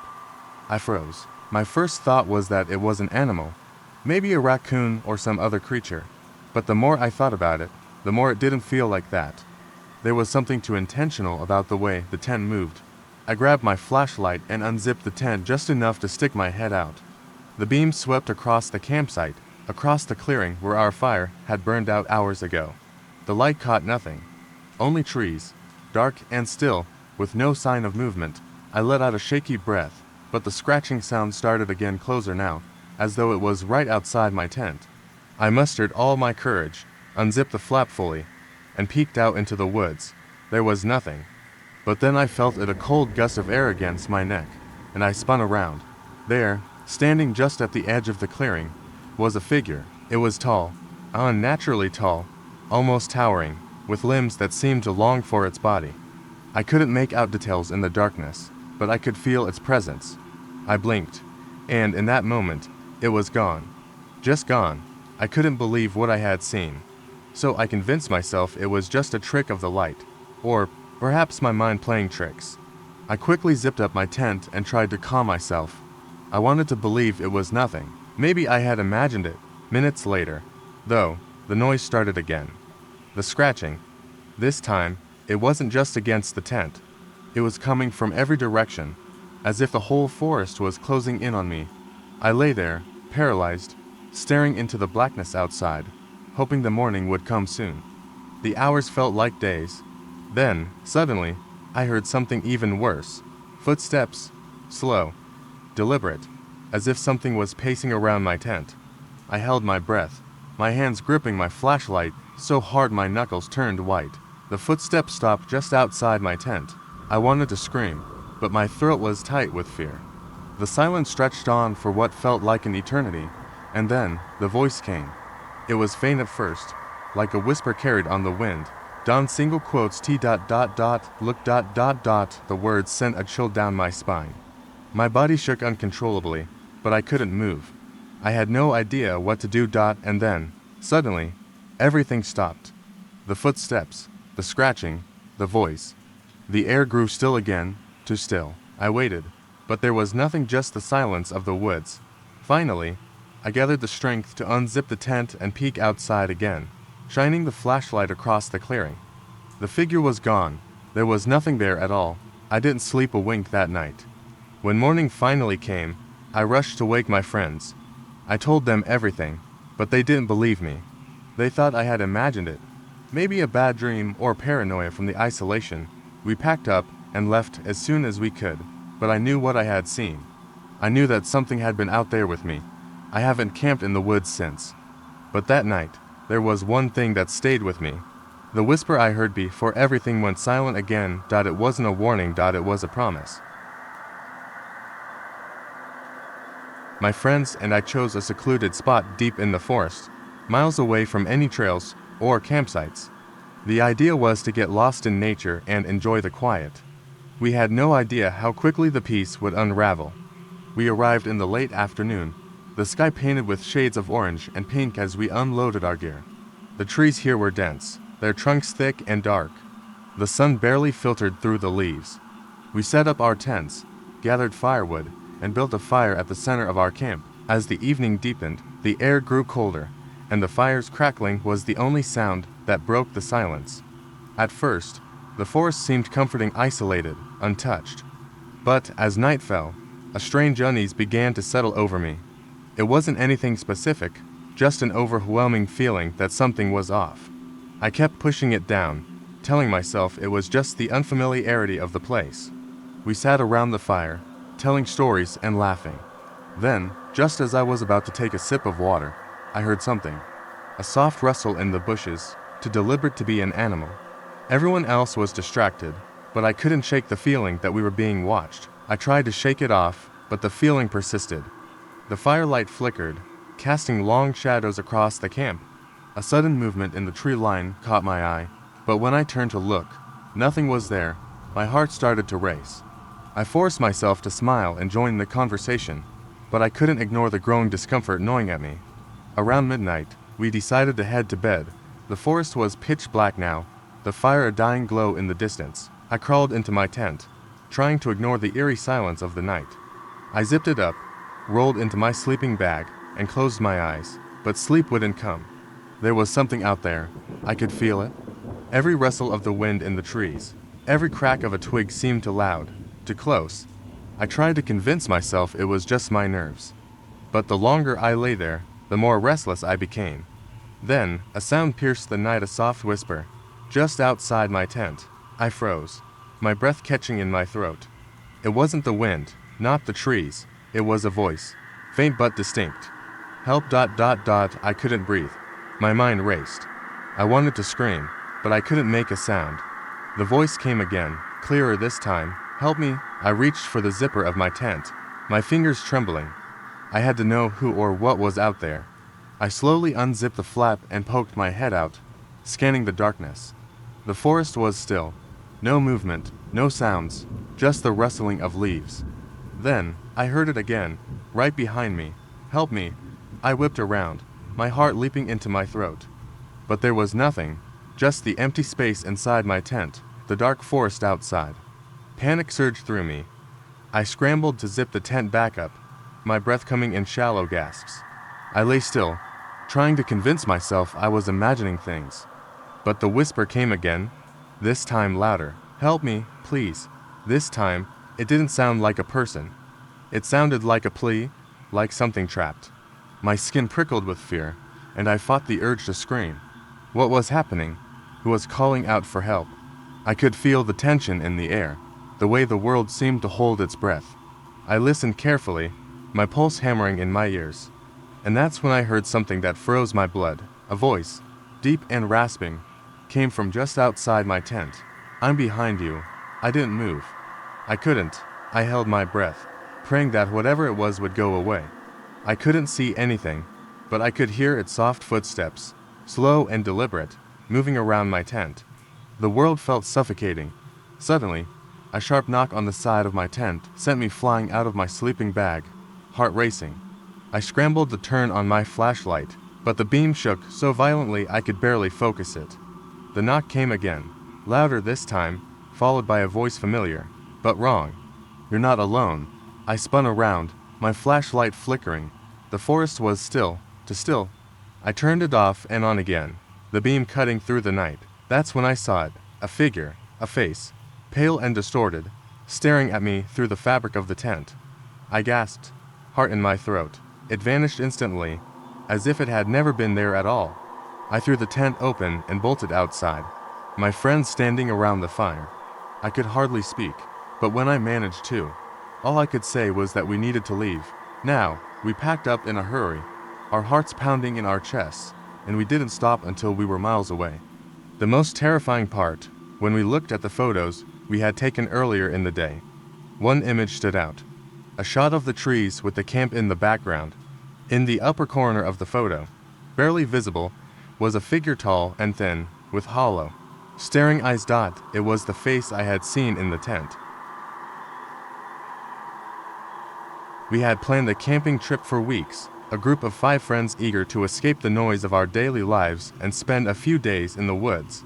It was supposed to be a simple getaway, some hiking, a little fishing, and long nights by the campfire telling stories.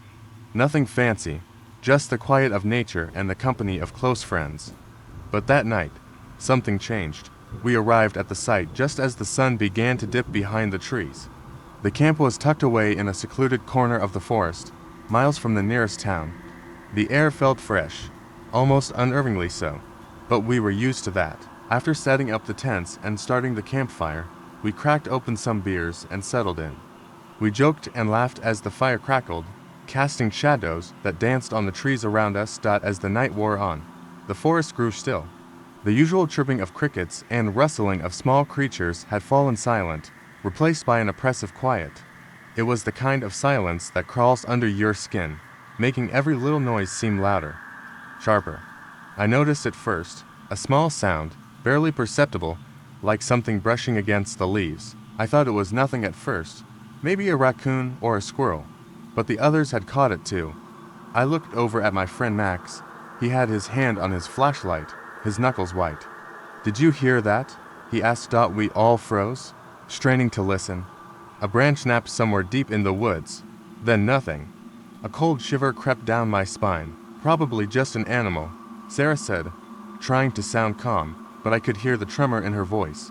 She wasn't fooling anyone. We sat in uneasy silence, staring into the fire, every one of us too nervous to speak.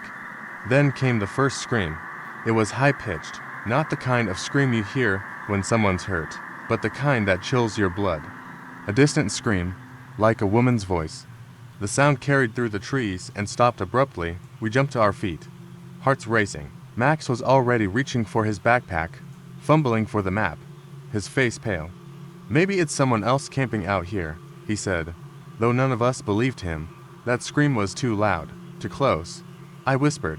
My voice didn't sound like my own. It was thin, almost like I was trying to convince myself it wasn't real. Without thinking, we grabbed flashlights and headed toward the source of the sound. The trees were thick, and the shadows seemed to twist and shift unnaturally as we walked. Each step felt heavier, like the forest itself was resisting us. The scream came again, closer this time. A horrible, shrieking wail that tore through the air. We broke into a run, pushing through the underbrush, our breaths ragged, and then we saw it, a figure, hunched over by a tree, facing away from us. The shape was tall, unnaturally thin, its arms too long. It was scraping something on the ground, a slow, rhythmic motion that sent a fresh wave of dread through us. "Hello." Max called out, his voice cracking. The figure didn't move, didn't respond. We took a step closer, the tension thick in the air. That's when the creature turned. Its face was hollow, its eyes wide and unblinking, black pits that seemed to suck in the light. A grin stretched across its face, impossibly wide, showing teeth that weren't just sharp, they were jagged, like they had been ripped from something not human. My stomach lurched. I wanted to run, but my legs wouldn't move. Without warning, The thing opened its mouth and screamed again, this time so close it felt like it was inside my head. The scream was so loud, so pure in its terror, that it sent us stumbling backward. We turned and ran without looking back. The next few minutes were a blur of movement, fear, and adrenaline.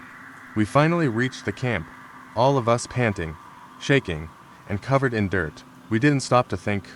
We just threw ourselves into the tents, locking everything up as quickly as we could. The fire had burned low, the shadows growing longer and more ominous by the second. We huddled together, our breaths shallow, but the forest was silent again. Not a single sound. It wasn't until hours later, as we sat in our tents trying to recover from the shock, that I noticed something strange. Max had the map in his hands, staring at it with a puzzled look on his face. I leaned over, trying to see what he was looking at. There, on the map, was our campsite, but it was marked with an X, a circle around it, and a single word scrawled next to it. Dead. The air grew even colder. I could feel the blood drain from my face. The map had been in Max's backpack the entire time. We hadn't touched it since we set up camp. It shouldn't have been marked like that. We weren't alone. Not just in the forest. Somewhere, out there, in the trees, there was something else. Something that had been waiting. I never believed in the supernatural. Ghosts, spirits, things that go bump in the night. They were all just stories. But that weekend in the cabin changed everything. It was supposed to be a fun, relaxing getaway. A few friends and I rented an old cabin up in the woods, far from civilization. No cell service, no distractions, just a few days to unwind. We arrived just before sunset, the cabin looking exactly like you'd expect from a secluded retreat, small, rustic, and surrounded by dense forest. That night, we gathered around the fireplace, sipping drinks and chatting. The place felt cozy, warm even. But as the evening went on, something felt off. The air grew heavy, like the forest itself was holding its breath. Every now and then, we heard faint knocks on the windows, but when we checked, there was nothing there. I tried to shake off the unease, telling myself it was just the wind. But then, when we were heading to bed, I noticed something strange. The door to the basement was ajar. I could have sworn we'd closed it earlier. I mentioned it to the group, but they shrugged it off. We were all tired, and the subject was dropped. The night was quiet at first. But then, around 2 a.m., I woke up to a soft tapping sound. It wasn't the wind. It was rhythmic, deliberate, like someone was knocking at the door. I lay there frozen, listening. The knock stopped, but the silence that followed felt even more unsettling.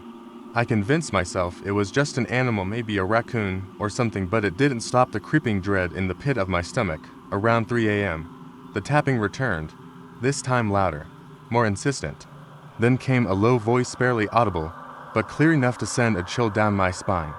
It whispered my name. Let me in. I sat up in bed, heart racing. My mind raced to explain it away. Maybe it was one of my friends playing a joke. But when I looked around, everyone was sound asleep. I didn't move. I couldn't. The air in the room felt thick, like something was pressing in on me.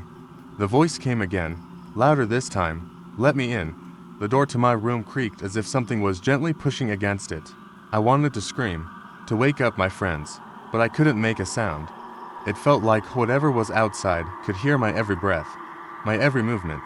I didn't dare make a sound. The door suddenly burst open with a loud bang, and I froze. But there was nothing there, no person, no figure, just the dark, empty hallway. My heart hammered in my chest, and I felt my legs shake as I got out of bed. I crept toward the door, my every instinct telling me to run, but I had to know what was going on. I stepped into the hallway, and as I looked down at the basement door, I noticed something I hadn't seen before. The door was now wide open. I knew I had closed it earlier. There was no way it had been left open. Without thinking, I grabbed my flashlight and slowly made my way down the stairs, my heart thudding in my chest. The basement was cold, unnaturally cold. I shone my light around, scanning the dark corners, the old shelves, the dusty floor. Then, in the farthest corner, I saw it, a mirror. Old, cracked, with a thick layer of dust covering it. But it wasn't the mirror that made my blood run cold, it was the reflection. I saw myself standing there, flashlight in hand, but the reflection wasn't quite right. My face was twisted, eyes hollow, grinning in a way I never would. It was like looking at a version of myself that wasn't human. I stepped back in shock, tripping over a box behind me. As I fell, I turned around to find the mirror was gone, vanished, just like that. I ran back upstairs, shaking with fear. When I reached the top of the stairs, the knocking on the door started again, louder, more frantic, and the voice whispering my name again, calling to me. Let me in. I didn't want to go near the door. I didn't want to even look at it, but somehow, I found myself at the door. I hesitated for a moment, then opened it. There was no one there. Just empty air, the hallway stretching before me. But that's when I noticed that the mirror it was in the hallway now, standing in front of my bedroom door. And as I stared into the reflection, I realized with horror the twisted version of myself was still there, smiling back at me. I never thought much about haunted houses or strange occurrences. I was always the one to brush off stories, but everything changed during a trip with some friends a few years ago. We decided to rent a secluded cabin for the weekend, far away from any city lights or distractions. It seemed like the perfect escape, peaceful, quiet, surrounded by trees. The first night was fine. We settled in, made dinner, and started telling ghost stories by the fire. I wasn't scared until we heard something strange around midnight. After we'd all gone to bed, I woke up to the sound of something tapping on my window. It was a rhythmic, slow tapping, like someone knocking. I told myself it was just the wind or a branch brushing against the glass. But then it happened again, a little louder this time. I felt a chill run down my spine. I got up to check, but when I looked out the window, there was nothing there, just darkness and the rustling of trees. I tried to shake it off, but I couldn't sleep. I kept hearing it, tapping, soft and persistent. Then, a voice, a faint whisper. It said my name, Sarah. I jumped out of bed, my heart racing. I looked around the room, but it was empty, still. The whispering stopped as soon as I looked out the window, but I felt something watching me. I couldn't explain it, but the air felt thick, charged with something I couldn't understand. I stayed awake the rest of the night, unable to shake the feeling that something was out there, something waiting. When morning came, I didn't tell anyone. They'd all just laugh at me, and I didn't want to sound crazy.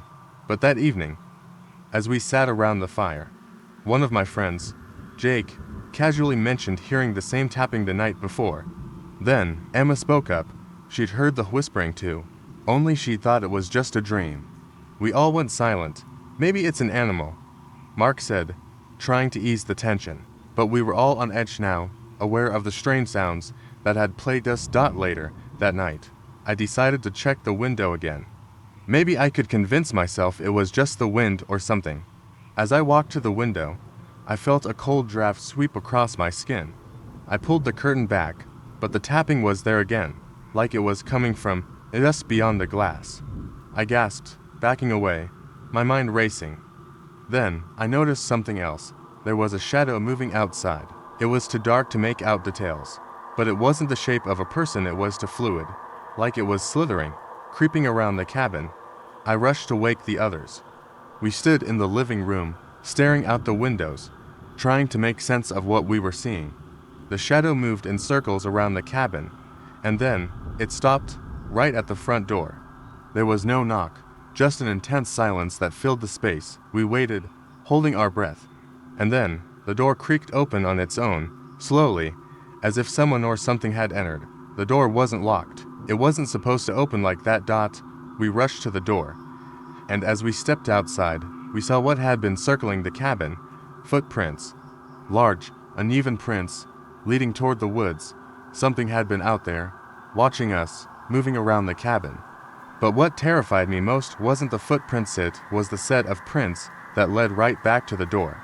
Whoever, or whatever it was, had been right inside with us, watching, waiting. We didn't stay the next night. We packed up quickly and left, too frightened to even consider staying any longer. To this day, I can't explain what happened, but I know one thing for sure: something was in that cabin with us. Something that moved without a sound, waited without a breath, and followed us back home. The question still lingers in my mind: is it still waiting? We rented a cabin in the mountains, tucked away far from civilization. The plan was simple: a weekend to disconnect, drink some beer, hike, and enjoy each other's company. Nothing out of the ordinary, but from the moment we arrived, something felt wrong. It wasn't anything obvious at first. The cabin looked charming, old-fashioned but cozy, sitting quietly at the edge of a forest. But there was an eerie silence in the air. No birds, no animals, just the hum of the wind and the crunch of leaves beneath our boots as we unloaded the car. The first night was fine. We drank, joked, and set up a campfire. The woods were dark around us, but we didn't think much of it. By midnight, everyone had retreated to their rooms, and I found myself lying in bed, staring at the ceiling. The wind was louder now, rattling the windows. I rolled over, trying to ignore the noise. That's when I heard it, a soft, distinct knock. It wasn't coming from the door, it was coming from the window. Tap, tap, tap. I froze, unsure if I'd imagined it. I lay still, listening for more. It came again. Tap, tap, tap. My heart raced, and I tried to convince myself it was just a branch tapping against the glass. But then came another noise, more unsettling, a slow dragging sound, as if something heavy was being pulled across the ground outside. I shot up, my breath shallow. The knocking had stopped, but the dragging sound continued, moving around the cabin, as though something or someone was circling us. I didn't know what to do. My phone had no signal, and I was too scared to go outside to check. I lay there, paralyzed, listening to the sound grow louder, closer. It was almost like it was testing the perimeter of the cabin, making its way around to each window. Then, everything stopped. The cabin went completely silent, and for a few minutes, I convinced myself it had been my imagination. I drifted off to sleep, exhausted from the fear. The next morning, I didn't mention the sounds to my friends. We went hiking, trying to shake off the unsettling feeling from the night before. But the woods had an oppressive atmosphere, and I couldn't stop looking over my shoulder. We made our way to a clearing, the sun barely breaking through the thick canopy above us. That's when I noticed something strange on the ground: footprints, but they were too big. The print was deep in the mud, almost like something heavy had stepped there, probably a bear. My friend Jake said, brushing it off. But something about it didn't sit right with me. We made our way back to the cabin, eager to relax after the hike. That's when I saw it. The window in the front room, the one I'd been so sure I'd locked last night, was wide open. I walked inside, my pulse quickening. We hadn't opened that window, and I definitely hadn't left it unlocked. I checked the others, but they were all fine. My heart raced as I walked into the living room. The furniture was in its usual place, but the air felt wrong. A chill ran down my spine. As I turned to leave, I caught a glimpse of something in the corner of the room, a dark shape standing just out of view, barely visible against the wall. My breath caught in my throat. I moved toward it, slowly, cautiously, but when I reached the spot, it was nothing. Just an old coat hanging on a hook. I let out a nervous laugh, shaking my head. I was letting my imagination run wild. But that night, the knocking came again. This time, I didn't wait. I grabbed my flashlight and rushed to the window. I looked out, my heart hammering in my chest, but saw nothing. No shadows, no figures, just the trees swaying in the wind. The knocking stopped. I wanted to forget about it. Maybe it was just the wind, or the cabin settling, but deep down, I knew something wasn't right. I didn't tell anyone else about it. We packed up the next day and left, but as we drove away, something caught my eye. Just outside the woods, near the cabin, was a figure standing motionless, watching us leave. I blinked, and when I looked back, it was gone. Weeks later, I found something online. A news article about the area we had stayed in, a missing person case from 20 years ago. A couple had gone missing while camping there, and their bodies were never found. The article included a photo of the couple, and the thing that chilled me to the bone wasn't the tragedy, it was their faces. They looked exactly like us. I haven't been able to shake the feeling that we weren't supposed to leave that cabin. And maybe, just maybe, whatever was out there in the woods, knocking on our windows, wasn't finished with us. I've always been the type to question everything. Ghost stories, folklore, I never bought into it. But all of that changed one night when I went on a camping trip with my friends. We decided to head out to a remote spot deep in the woods, no signal, no distractions, just a place to disconnect and unwind. I didn't know much about the area, but my friend Adam, who organized the trip, assured us it was perfect. Isolated, quiet, peaceful, he'd said. It sounded great. We arrived late, just as the sun was dipping behind the trees, and quickly set up our tents by a small clearing.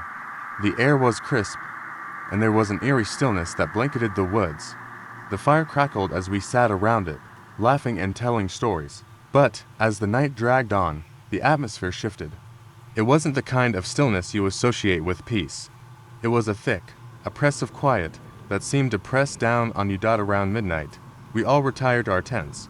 I had trouble sleeping, the quiet gnawing at me like a weight on my chest. At some point, I heard what I thought was someone walking around outside my tent. I told myself it was an animal, maybe a deer or something, but then came a sound that froze me cold, a soft knock on my tent. I held my breath. I couldn't believe it. The knock came again, slower this time, more deliberate. My heart raced as I lay perfectly still, not daring to move. The silence that followed was deafening. Then, a whisper, "Let me in." I nearly suffocated on my own breath. The voice was quiet, almost inaudible, but clear enough to make the hair on the back of my neck stand up. It was a woman's voice, thin and breathless, like it was coming from just outside the tent. My mind raced. Could it be one of my friends? I waited, counting the seconds before I unzipped the tent, but before I could, the whisper came again, this time closer.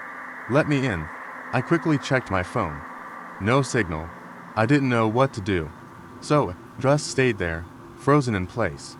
The knocking stopped, but the whispering didn't. It lingered, filling the space around me. I wanted to scream, but the fear locked my throat. After what felt like hours, the whispers faded, and the night returned to its suffocating silence. I couldn't sleep. I stayed awake, listening to every movement in the forest, wondering if someone was out there. When morning came, I was drained, but I didn't want to talk about it. I didn't want to sound crazy, but when I emerged from my tent, I noticed something. The ground around our campsite was disturbed, footprints leading in a circle, as if someone had been walking around our tents all night. And they weren't human. The shape of the prints was all wrong, too large, too deep. I didn't tell the others about what had happened. But Adam, ever the skeptic, had a theory. He had read some stuff about the area, he said. It was an old legend about a woman who had gone missing in these woods. She was said to roam the forest, looking for anyone foolish enough to venture near. The way Adam described it sounded ridiculous, but as he talked, I began to feel like I was being watched again. We spent the rest of the day exploring the woods, trying to shake off the lingering unease. But that night, the feeling returned. We gathered around the campfire, but none of us spoke much. The atmosphere felt heavy, like something was about to happen. And then it did. From the woods, we heard a rustling. It started faint, but then grew louder, closer. My heart pounded as I turned to the others, but no one had heard it. Adam was already standing, flashlight in hand. He was about to speak when a shadow moved just outside the circle of light. I saw it clearly. A figure, hunched over, moving quickly among the trees. It was tall, unnaturally tall, with its face hidden in shadow. It stopped for a moment, and in that instant, the air grew colder. Then, it disappeared into the dark. We didn't hesitate. We packed up everything and rushed to the car.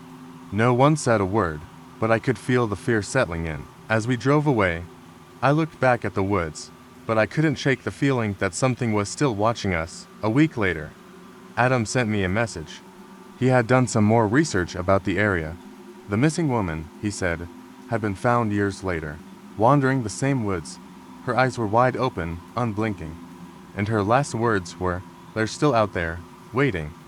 I can't explain it, but that night, whatever we saw in the woods, it wasn't human, and I don't think it ever left. Cabin in the woods, just me and a few friends. No distractions, no work, just nature. We had rented the place online, a secluded spot far from civilization. None of us were particularly into ghost stories. So when we arrived and saw how isolated the cabin was, it felt more peaceful than eerie. The cabin itself was charming, if a bit old. The walls creaked in places, but we didn't think much of it. The first night, after a few drinks and some laughter, we headed to bed, but sleep didn't come easily for me. The room was unnervingly quiet, except for the occasional gust of wind howling outside, and then scratch a faint noise from the other side of the cabin. I chalked it up to the wind or maybe an animal outside, but when the scratching sound continued, it became harder to ignore. It wasn't just random noise, it was deliberate, like something or someone was trying to get inside. I waited for my friends to make a joke about it. When no one did, I decided to get up and check. I crept down the hallway toward the front door, peering through the window at the darkness outside. Nothing. No movement, just trees swaying under the moonlight. I sighed in relief and turned to head back to my room. That's when I heard a soft, desperate knock on the door. Knock. Knock. It wasn't loud, but it was distinct. I froze. Who would be knocking at this hour, especially in such a remote place? I moved slowly back toward the door, my heart pounding in my chest. I didn't open it. I couldn't. I stood there, straining my ears for any sounds. There was nothing, no footsteps, no voices, just silence. I finally returned to my room, trying to ignore the nagging feeling in the pit of my stomach. I locked the door behind me, pulled the blanket over my head, and tried to sleep. The next morning, I mentioned it to my friends, hoping they would laugh it off. But no one did. Instead, Sarah, one of the girls with us, said she heard something too. She described the same scratching sound I'd heard, but from the window. She had thought it was an animal at first, but the knocking she couldn't explain. We spent the day hiking through the woods, trying to clear our heads. It felt like the cabin was miles away from any other human being. Still, I couldn't shake the feeling that we weren't alone, that something was watching us. That night, after dinner, we were all sitting around the fireplace, and the conversation turned toward local legends. Apparently, the area was known for being haunted, or so the locals claimed. One of my friends, Jake, started telling a story about a woman who had gone missing years ago, her last known location being just a few miles from the cabin. He described how people said they could hear her crying at night. I laughed it off. Ghost stories didn't scare me. Later that night, when we were all in our rooms, I heard the sound again, the unmistakable scratch on the wood. And then, once again, the knock. But this time, it wasn't on the door. It was on my window. I rushed to the window and pulled the curtain back, heart racing. Nothing, but the feeling of being watched was overwhelming. I closed the curtains quickly, then heard it again. A whisper, faint but clear. Let me in. I wanted to scream, but I couldn't. My body was frozen in place. I glanced toward the door. Still locked. My room felt suffocating. The knock came again. Bang. Louder this time. It was coming from the front door. I couldn't take it anymore. I ran out of my room, down the hall to the living room, and yanked open the door. Nothing. No one was outside. Just the pitch-black darkness of the woods. My breath was coming in sharp gasps as I stood there, staring out into the void. I closed the door, leaning against it, trying to calm myself. And then, in the faint light of the hallway, I saw something that made my blood run cold. The doorknob was wet. A trail of dark smudges marked the wooden floor, leading from the door to the window of the living room. I followed the trail, every step feeling like it was pulling me into some kind of nightmare. I reached the window. There, smeared against the glass, was a handprint, and it wasn't small. It was large, too large for a person. I backed away in terror, stumbling toward the door. But when I looked out into the woods again, I saw something. A figure, standing in the distance, just outside the boundary of the trees. It was watching us. It was always watching. I slammed the door shut and rushed to wake the others. But when I turned to tell them, they were all standing in the hallway, staring at me in silence. Their faces were pale, eyes wide with fear. It wasn't until I looked down that I realized the handprint wasn't on the window. It was on the back of my hand, and it was still wet. We packed up and left at once, leaving the cabin behind. But every time I close my eyes, I still see that figure in the distance. And the worst part, I know it followed us. We never should have left. I didn't believe in ghosts. I never had. That was, until the night I spent in the old farmhouse. It started as a dare, a stupid bet among friends. Spend one night in the place everyone whispered about, but no one dared to enter. They said the last family to live there had vanished. No one knew why or how. The house had sat empty for years, with broken windows staring out like blind eyes. I arrived just before sunset, armed with a flashlight, a fully charged phone, and a backpack stuffed with snacks and a blanket. The place looked worse up close, with ivy choking the sides and rot eating at the doorframe. Inside, the air was heavy, stale, and suffocating, carrying a faint metallic tang. Every creak of the floor under my boots echoed like gunfire in the silence. The first few hours passed uneventfully. I stayed in the living room, scrolling through my phone to distract myself. The furniture was old and mismatched, covered in a thick layer of dust. A grandfather clock stood in the corner, its face cracked, hands frozen at 3 minutes past midnight. That should have unsettled me more than it did. At around 10 p.m., the noises began. It started subtly, a faint tapping, like fingers on glass, coming from the upstairs windows. I tried to convince myself it was the wind. Though the trees outside were completely still, the tapping grew louder, then stopped. Just when I thought it was over, I heard something new. Footsteps. Slow, deliberate, heavy steps creaking across the wooden floor above me. My breath caught in my throat, and my flashlight trembled as I pointed it at the ceiling. The footsteps moved toward the staircase. I braced myself, expecting to see something horrifying emerge, but nothing appeared. The steps stopped abruptly, halfway down the stairs. I shone my light up the staircase, illuminating empty space. I told myself it was the house settling, that old wood creak like that, but deep down, I knew better. Just after midnight, the atmosphere changed. It wasn't just the sounds anymore. The air grew icy cold, and my breath puffed out in white clouds. I heard whispers, too faint to make out words, but unmistakably human. They came from the corners of the room, from the shadows that seemed to stretch and twist unnaturally. My heart pounded as I spun in circles, trying to find the source, but the whispers moved, always staying just out of reach. That's when I saw the painting. I hadn't noticed it earlier, but it hung above the fireplace, depicting a man, woman, and 2 children. The family stared out with unnervingly blank expressions. I swore their eyes followed me as I moved. Then, the woman's lips curled into the faintest of smiles.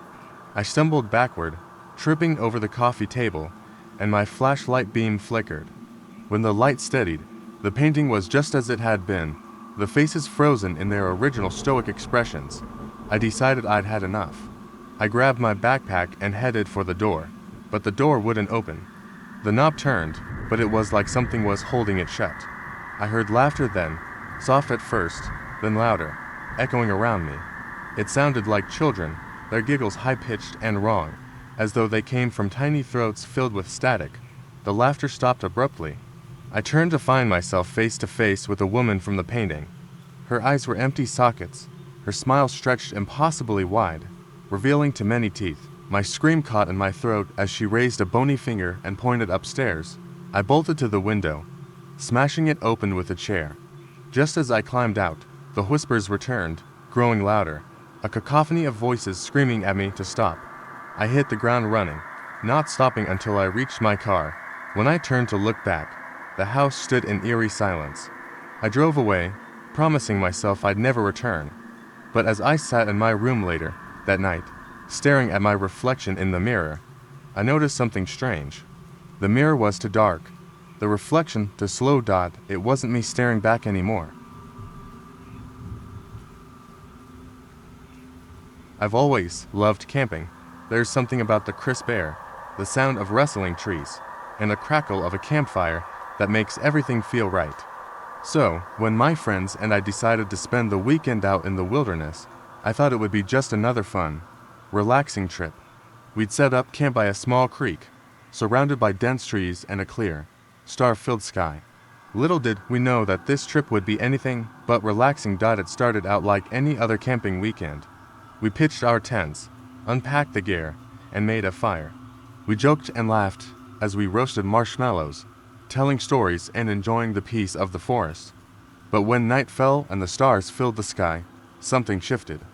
The air grew colder, and the once comforting sounds of the forest became unnervingly silent. Even the crackling of the fire seemed to fade into a muffled hum. I was the first to notice the footsteps. At first, I thought it was just a trick of the wind, the rustling of branches, or small animals scurrying about. But the footsteps were too heavy, too deliberate. Slow, rhythmic steps circled the camp. I brushed it off as my mind playing tricks on me. The others didn't seem to hear anything, and we were all too tired to care. But the sound grew louder, more pronounced, and it wasn't just circling anymore, it was getting closer. I excused myself to the edge of the campsite, pretending to go to the bathroom, but really just needing some space to listen. The footsteps stopped as soon as I stepped away from the fire, leaving me in a thick silence. Then, from the trees beyond the camp, I heard a low growl. Not an animal growl, something deeper, almost human, but wrong in every sense. My heart began to race. I walked quickly back to the fire, but as soon as I crossed the threshold of the camp, the growling stopped, replaced by a soft voice calling my name. It was so quiet, I almost couldn't hear it, but there was something distinctly familiar about it. It was my voice, only it wasn't me. It sounded like a distorted, twisted version of me, echoing from the woods behind the campsite. I sat back down next to my friends, trying to act normal, though my mind was reeling. I told myself it was just my imagination, but deep down, I knew something was wrong. The others continued to laugh, oblivious, as if nothing was out of place.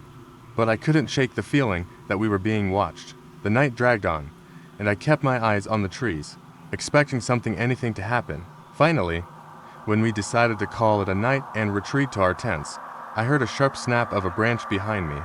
I spun around, but there was nothing there. The camp was still. I crawled into my tent, unable to sleep. Every rustle of the trees, every creak of the wood outside made my skin crawl.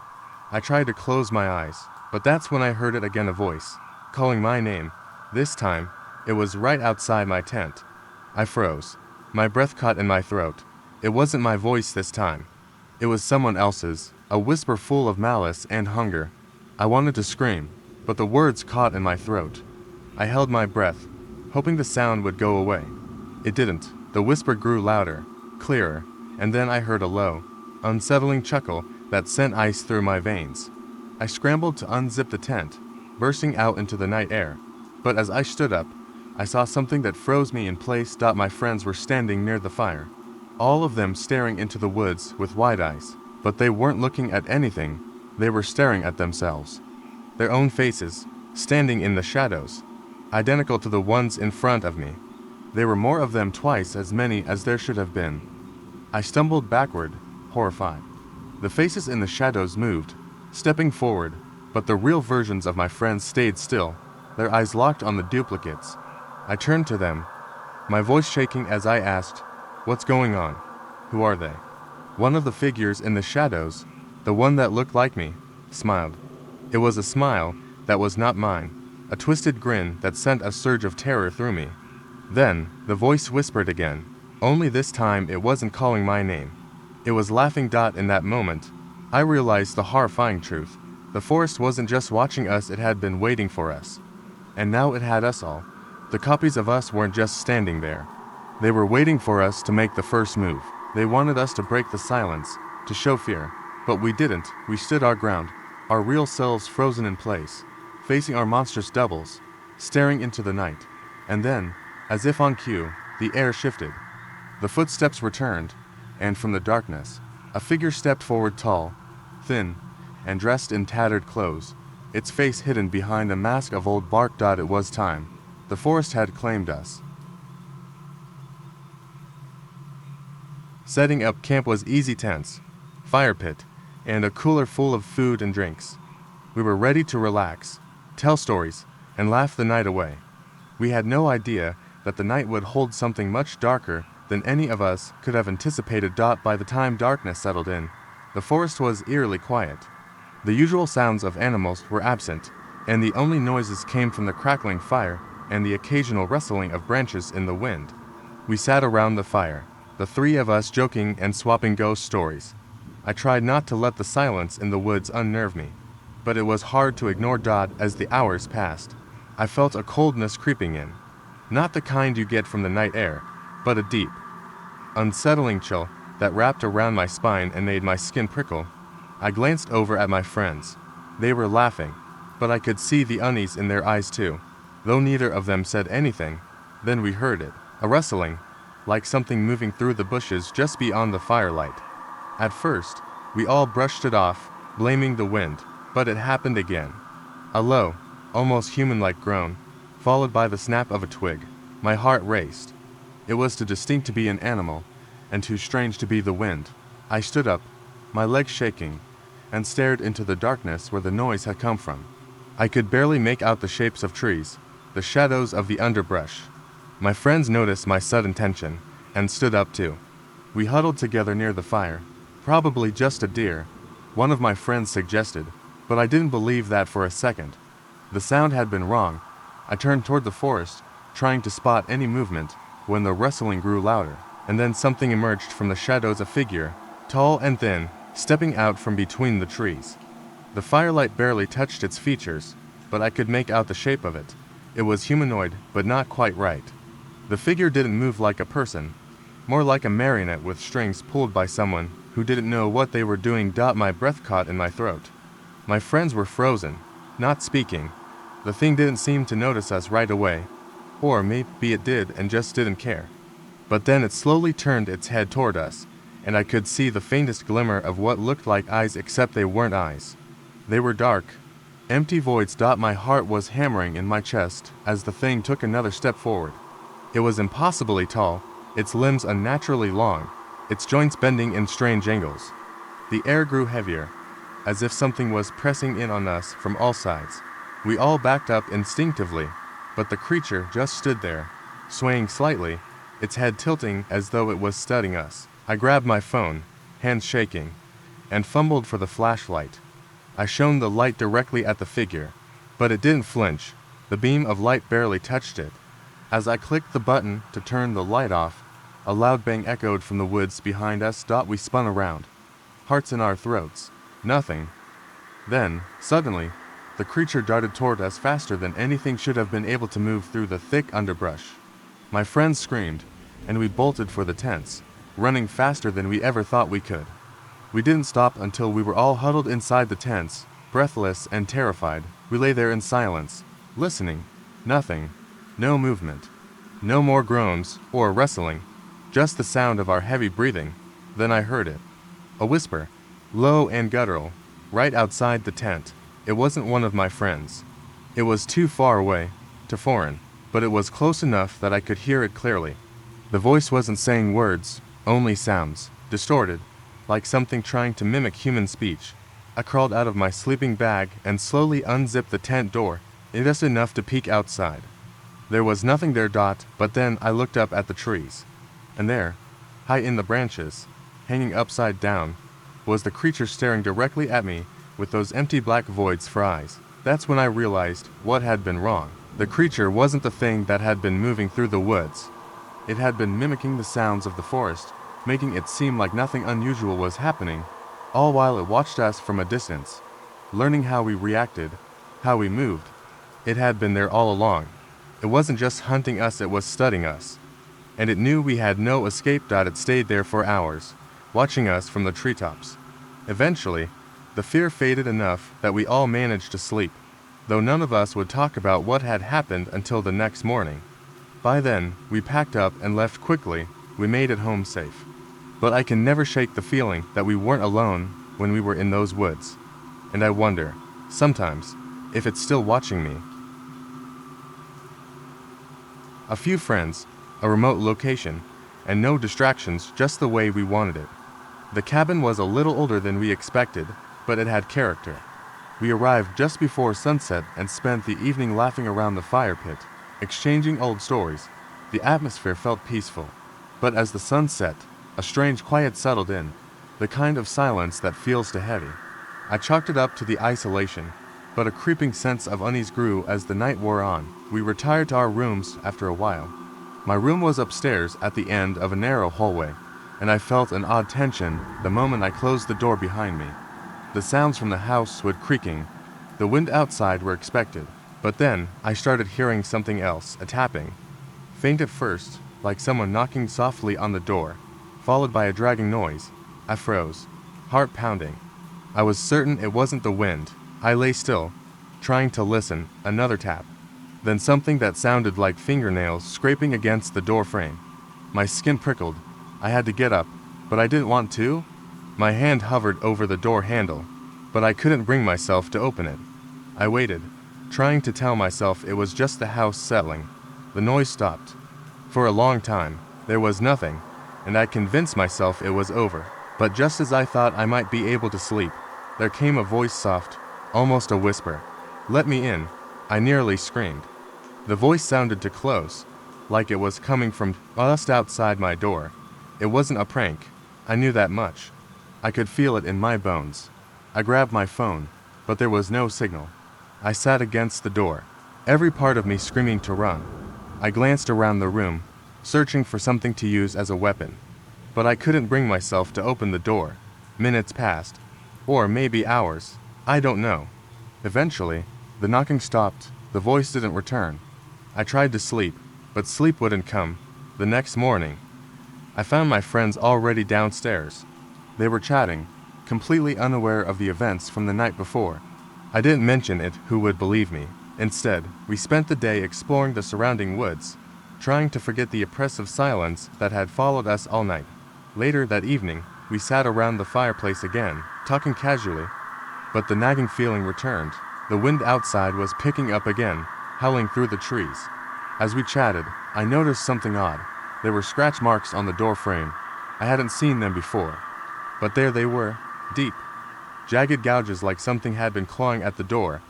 I tried to shake it off, but as the night went on, the air grew thicker, colder.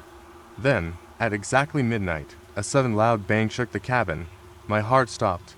It sounded like something or someone had struck the door with force. We all froze, staring at the door as if waiting for it to open. Mark, who had been the most skeptical, stood up slowly. "I'll check it out," he said. We didn't stop him. It was stupid, but in the moment, we were all too frozen to act. He opened the door, stepped out into the hallway, and looked around. There was nothing there, no one, just an empty corridor. He turned to look back at us, his face pale. "You're not going to believe this," he said quietly, confused.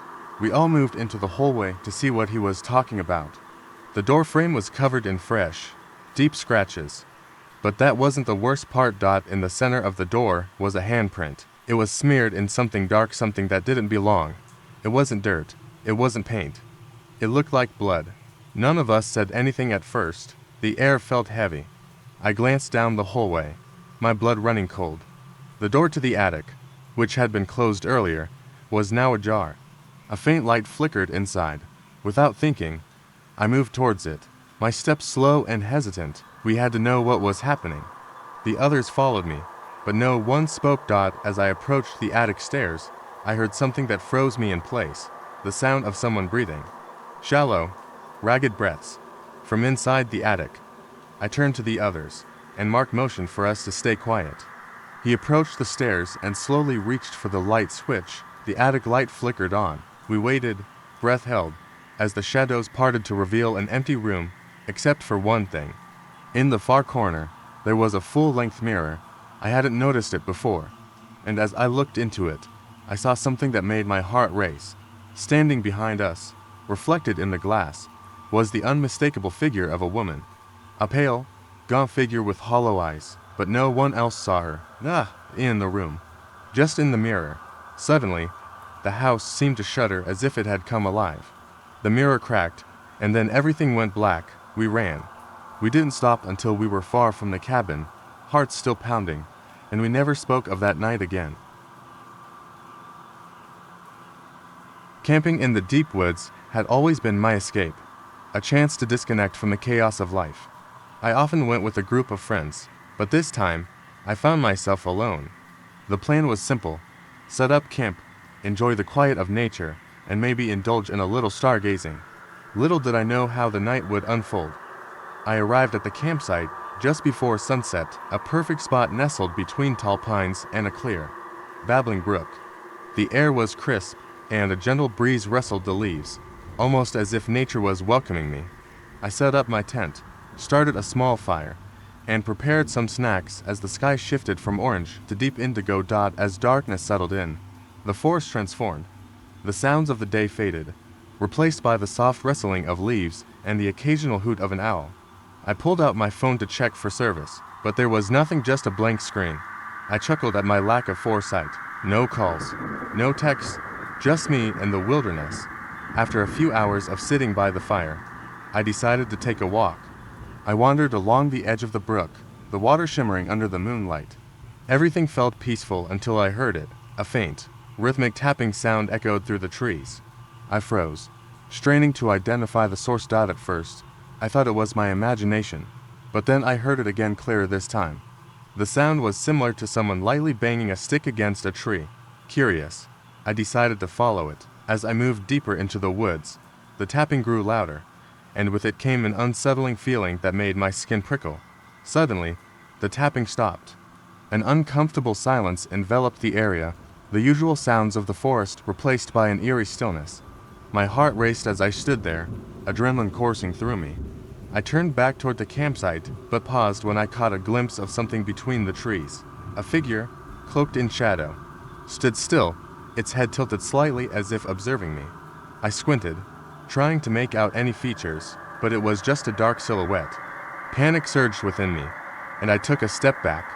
The figure moved, its outline blurring as it stepped further into the darkness, disappearing completely. I turned on my heel and ran back to the fire. My pulse pounding in my ears, I collapsed into my camping chair, trying to calm my racing heart. I reassured myself that it was probably just an animal, but the fear gnawed at me.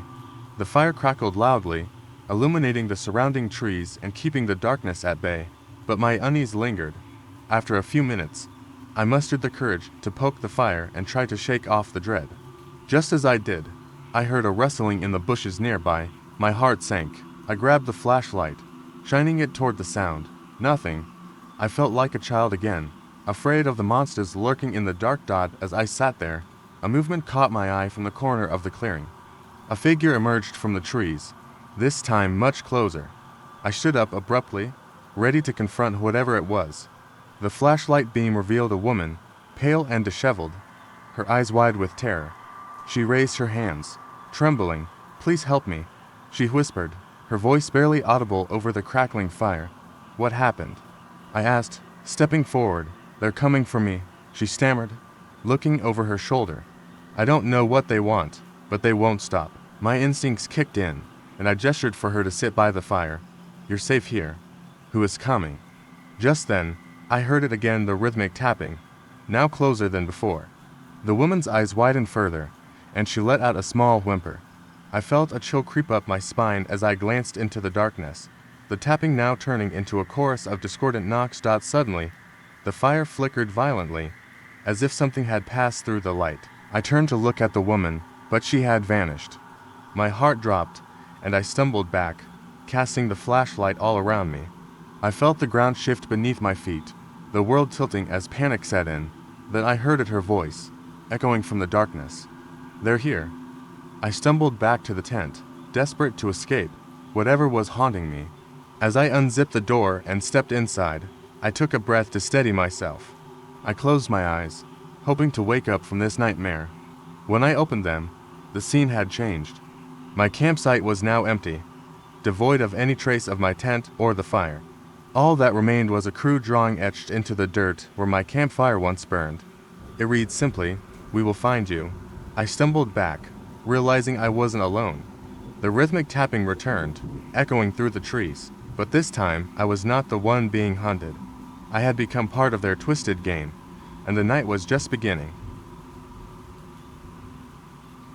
The night had settled in the forest like a heavy blanket, and as a park ranger, I was used to the eerie calm that enveloped the woods after sunset. The campgrounds were closed for the season, but I had to make my rounds to ensure no one had sneaked in for an illicit camping trip. The air was crisp, and the silence was almost deafening. My flashlight cut through the dark, illuminating the twisted branches and underbrush. About an hour into my patrol, I noticed something unusual: a tent set up deep in the woods, far from the designated camping area. My heart raced. The site was supposed to be closed for the season, and no one should be there. I approached cautiously, my footsteps muffled by the thick layer of fallen leaves. As I got closer, I could see the tent was unzipped but empty. The campfire pit lay cold and dark, a few charred logs scattered around. I scanned the area, calling out if anyone was there, but only the wind answered. I was about to turn back when I noticed a backpack near the tent, half open, and inside, I caught a glimpse of a child's drawing. It was crude but depicted a family camping. My gut twisted. Suddenly, a sound pierced the silence. Laughter. Distant yet unmistakable, it echoed through the trees, high-pitched and childish. I turned, flashlight beam sweeping the darkness. I felt a cold shiver run down my spine. Children shouldn't be out here alone, especially in the dead of night. I made my way toward the sound, heart pounding. As I ventured deeper into the woods, the laughter faded, replaced by a chilling stillness. Then, I heard something else, a low growl. Unlike anything I had heard before, it sent a bolt of fear through me. I raised my flashlight higher, trying to see beyond the trees, but nothing moved. I hesitated, trying to rationalize the noise, convincing myself it was just an animal. With a deep breath, I continued, hoping to find the children and bring them back to safety. I stumbled into a small clearing and spotted something that made my blood run cold. There, among the foliage, stood a tall figure, its back turned to me. It wore what appeared to be a tattered, oversized sweater, the hem dragging along the ground. I called out, but it didn't move. Instead, it seemed to shift slightly, as if sensing my presence. I felt the air grow heavier, and a chill swept over me. My instinct screamed to run, but I couldn't leave without understanding what was happening.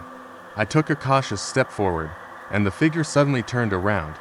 My flashlight flickered against its face, a twisted, unsettling mask that was neither human nor animal. Its eyes were sunken and empty, and it opened its mouth to let out a haunting sound that mimicked laughter. The growl I heard earlier grew louder, but I realized it wasn't coming from the figure. Panic surged through me as I turned to flee, heart racing. I crashed through the underbrush, branches snagging at my clothes. I sprinted back toward the path, but the laughter followed me, echoing through the trees, getting louder with each step. As I emerged onto the main trail, gasping for breath, I nearly collided with a family of 3 parents and a young child, their eyes wide with confusion. They must have arrived just as I was fleeing. I hurriedly explained what I had seen, the laughter, the figure.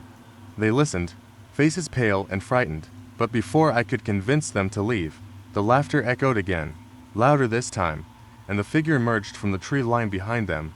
I shouted for them to run, and they turned in terror. The family sprinted down the path as I grabbed my radio, frantically calling for backup. I didn't look back until I reached the main ranger station, heart pounding. When the other rangers arrived, we formed a search party, but the woods were silent. We combed the area, but there was no sign of the figure, the tent, or the family I had seen. Hours passed with no trace, and as dawn broke, the sun illuminated the woods with a haunting beauty. Later, as we gathered to regroup, I heard the same high-pitched laughter wafting through the trees, sending chills down my spine. I turned to my fellow rangers, trying to shake off the growing dread. As we discussed the plan, I caught a glimpse of the child from the family had encountered earlier, standing at the edge of the woods, a grin on his face. But it wasn't just any grin. It was the same twisted smile I had seen on the figure. The realization hit me like a punch in the gut. The child wasn't lost. He was part of whatever was lurking in the woods, and now they had returned, watching, waiting. I had no idea what horrors lay ahead.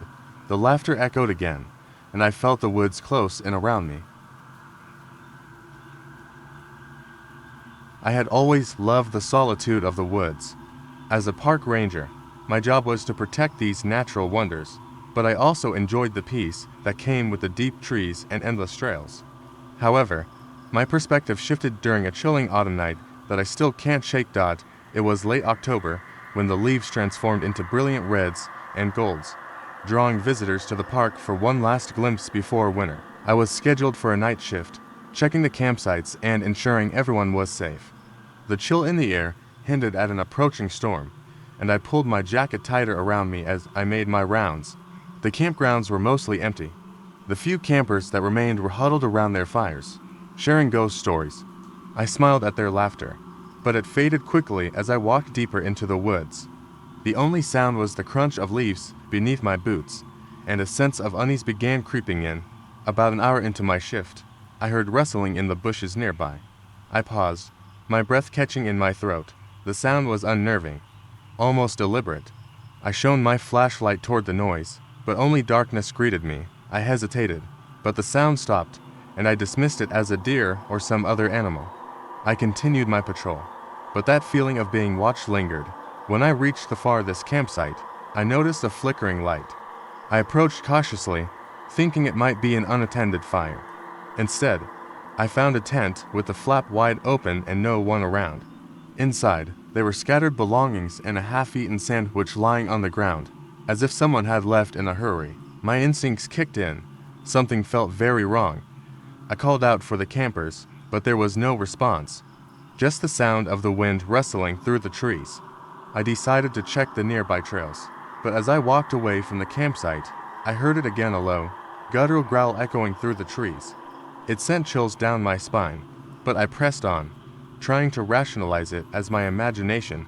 The forest seemed to darken as the wind picked up, carrying a sudden coldness that wrapped around me. I hurried back to the campsite, but the tent was still empty. Panic began to set in as I fumbled for my radio to call for backup, but the device crackled with static. I was alone.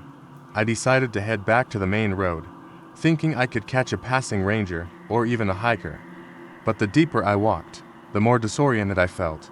The trees loomed overhead, blocking out any trace of moonlight, and I realized I had lost my way. The growl returned, closer this time, accompanied by the sound of something heavy moving through the brush. My heart raced as I turned to run, but then I saw a figure standing in the shadows, partially obscured by the trees. It was tall and emaciated, with elongated limbs and eyes that glowed like two cold embers in the dark. I froze, unable to process what I was seeing. My instincts kicked in, and I took off in the opposite direction, adrenaline coursing through me. As I ran, branches snagged at my clothes, and the underbrush crunched beneath my feet. The growling intensified behind me, chasing me through the maze of trees. Just when I thought I was safe, I tripped over a root and fell. The wind knocked out of me. I scrambled to my feet and glanced back. The figure had stopped, but I could feel its gaze boring into my back. Desperate, I sprinted toward a clearing, praying it would lead me to safety. Bursting into the open, I spotted the campers I had seen earlier.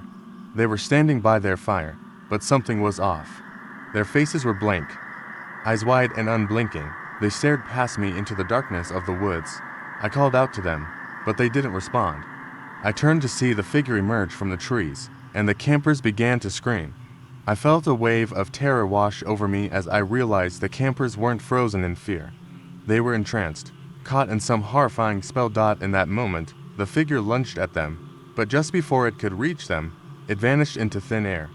The campers blinked and suddenly returned to normal, confusion etched on their faces. I didn't know if I was dreaming or if I had lost my mind, but the figure was gone, leaving only an echo of its growl behind. The campers recounted their own experiences of feeling watched, of shadows moving just out of sight. We all made it back to the ranger station that night, shaken but alive, leaving the mystery of the woods behind us. Yet sometimes, as I patrol the park, I catch glimpses of glowing eyes watching from the trees, and I can't shake the feeling that something is still out there, waiting. I've spent years working as a park ranger in the deep woods. My shifts usually consisted of monitoring trails, checking campsites, and ensuring visitors adhered to safety guidelines. Autumn had set in, painting the forest in a tapestry of orange and crimson. The air felt electric, tinged with an anticipation I couldn't quite shake. On this particular evening, I was tasked with patrolling a remote campsite that had recently reported some strange disturbances. As the sun dipped below the horizon, I grabbed my flashlight and set off along the narrow trail leading to the site. The shadows grew longer, twisting into menacing shapes among the trees. The silence felt thick, almost suffocating. I brushed off the unsettling feeling and focused on my job. After all, I had encountered my fair share of oddities in the woods. When I arrived at the campsite, I noticed it was unusually quiet. The fire pit lay cold, and the tents stood like sentinels, their flaps flapping gently in the breeze. I called out to see if anyone was around, but received no answer. A tingle of unease prickled my spine. I began checking the tents one by one. The first tent was empty, save for some gear strewn about. The second tent, however, caught my attention. I unzipped the flap and peered inside. It was dark, the light from my flashlight barely illuminating the space. I stepped in and felt a chill sweep over me. The sleeping bags were rolled up, but something was off. There was a half-eaten granola bar lying on the ground, and a backpack was haphazardly tossed in the corner, as if someone had left in a hurry. My instincts kicked in, and I quickly exited the tent. I decided to check the surrounding area. As I walked deeper into the woods, I felt the air grow heavier. The wind picked up, rustling the leaves, but it carried with it an unsettling whisper. I shook my head, trying to clear my thoughts. I was just being paranoid. That's when I heard a faint sound, almost like a child laughing. I turned, heart pounding in my chest, and started walking towards the direction of the sound. The laughter echoed in a way that sent chills down my spine. It was innocent, yet the deeper I went into the woods, the more distorted it became. It was laced with a hint of something dark, something wrong. As I ventured deeper, I spotted a flicker of light through the trees. I followed it, thinking it might lead me to whoever had been camping, but as I drew closer, the laughter ceased, replaced by a profound silence. I stepped into a clearing and felt my breath catch in my throat. There, in the center, stood a massive tree, its gnarled branches reaching out like skeletal fingers. At the base of the tree lay a circle of stones, each one covered in strange markings. I crouched to examine them, feeling a sense of dread wash over me. Just then, I heard rustling behind me. I whipped around, flashlight beams slicing through the darkness. Nothing was there. I was alone, or so I thought. Suddenly, a sharp whisper cut through the air, sending icy fingers creeping up my spine. It was a voice, chillingly familiar, echoing my name.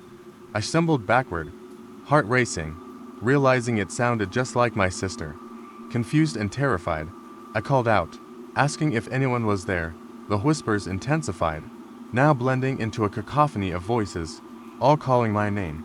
My heart pounded louder, drowning out the chaos. I felt disoriented, panic threatening to take hold.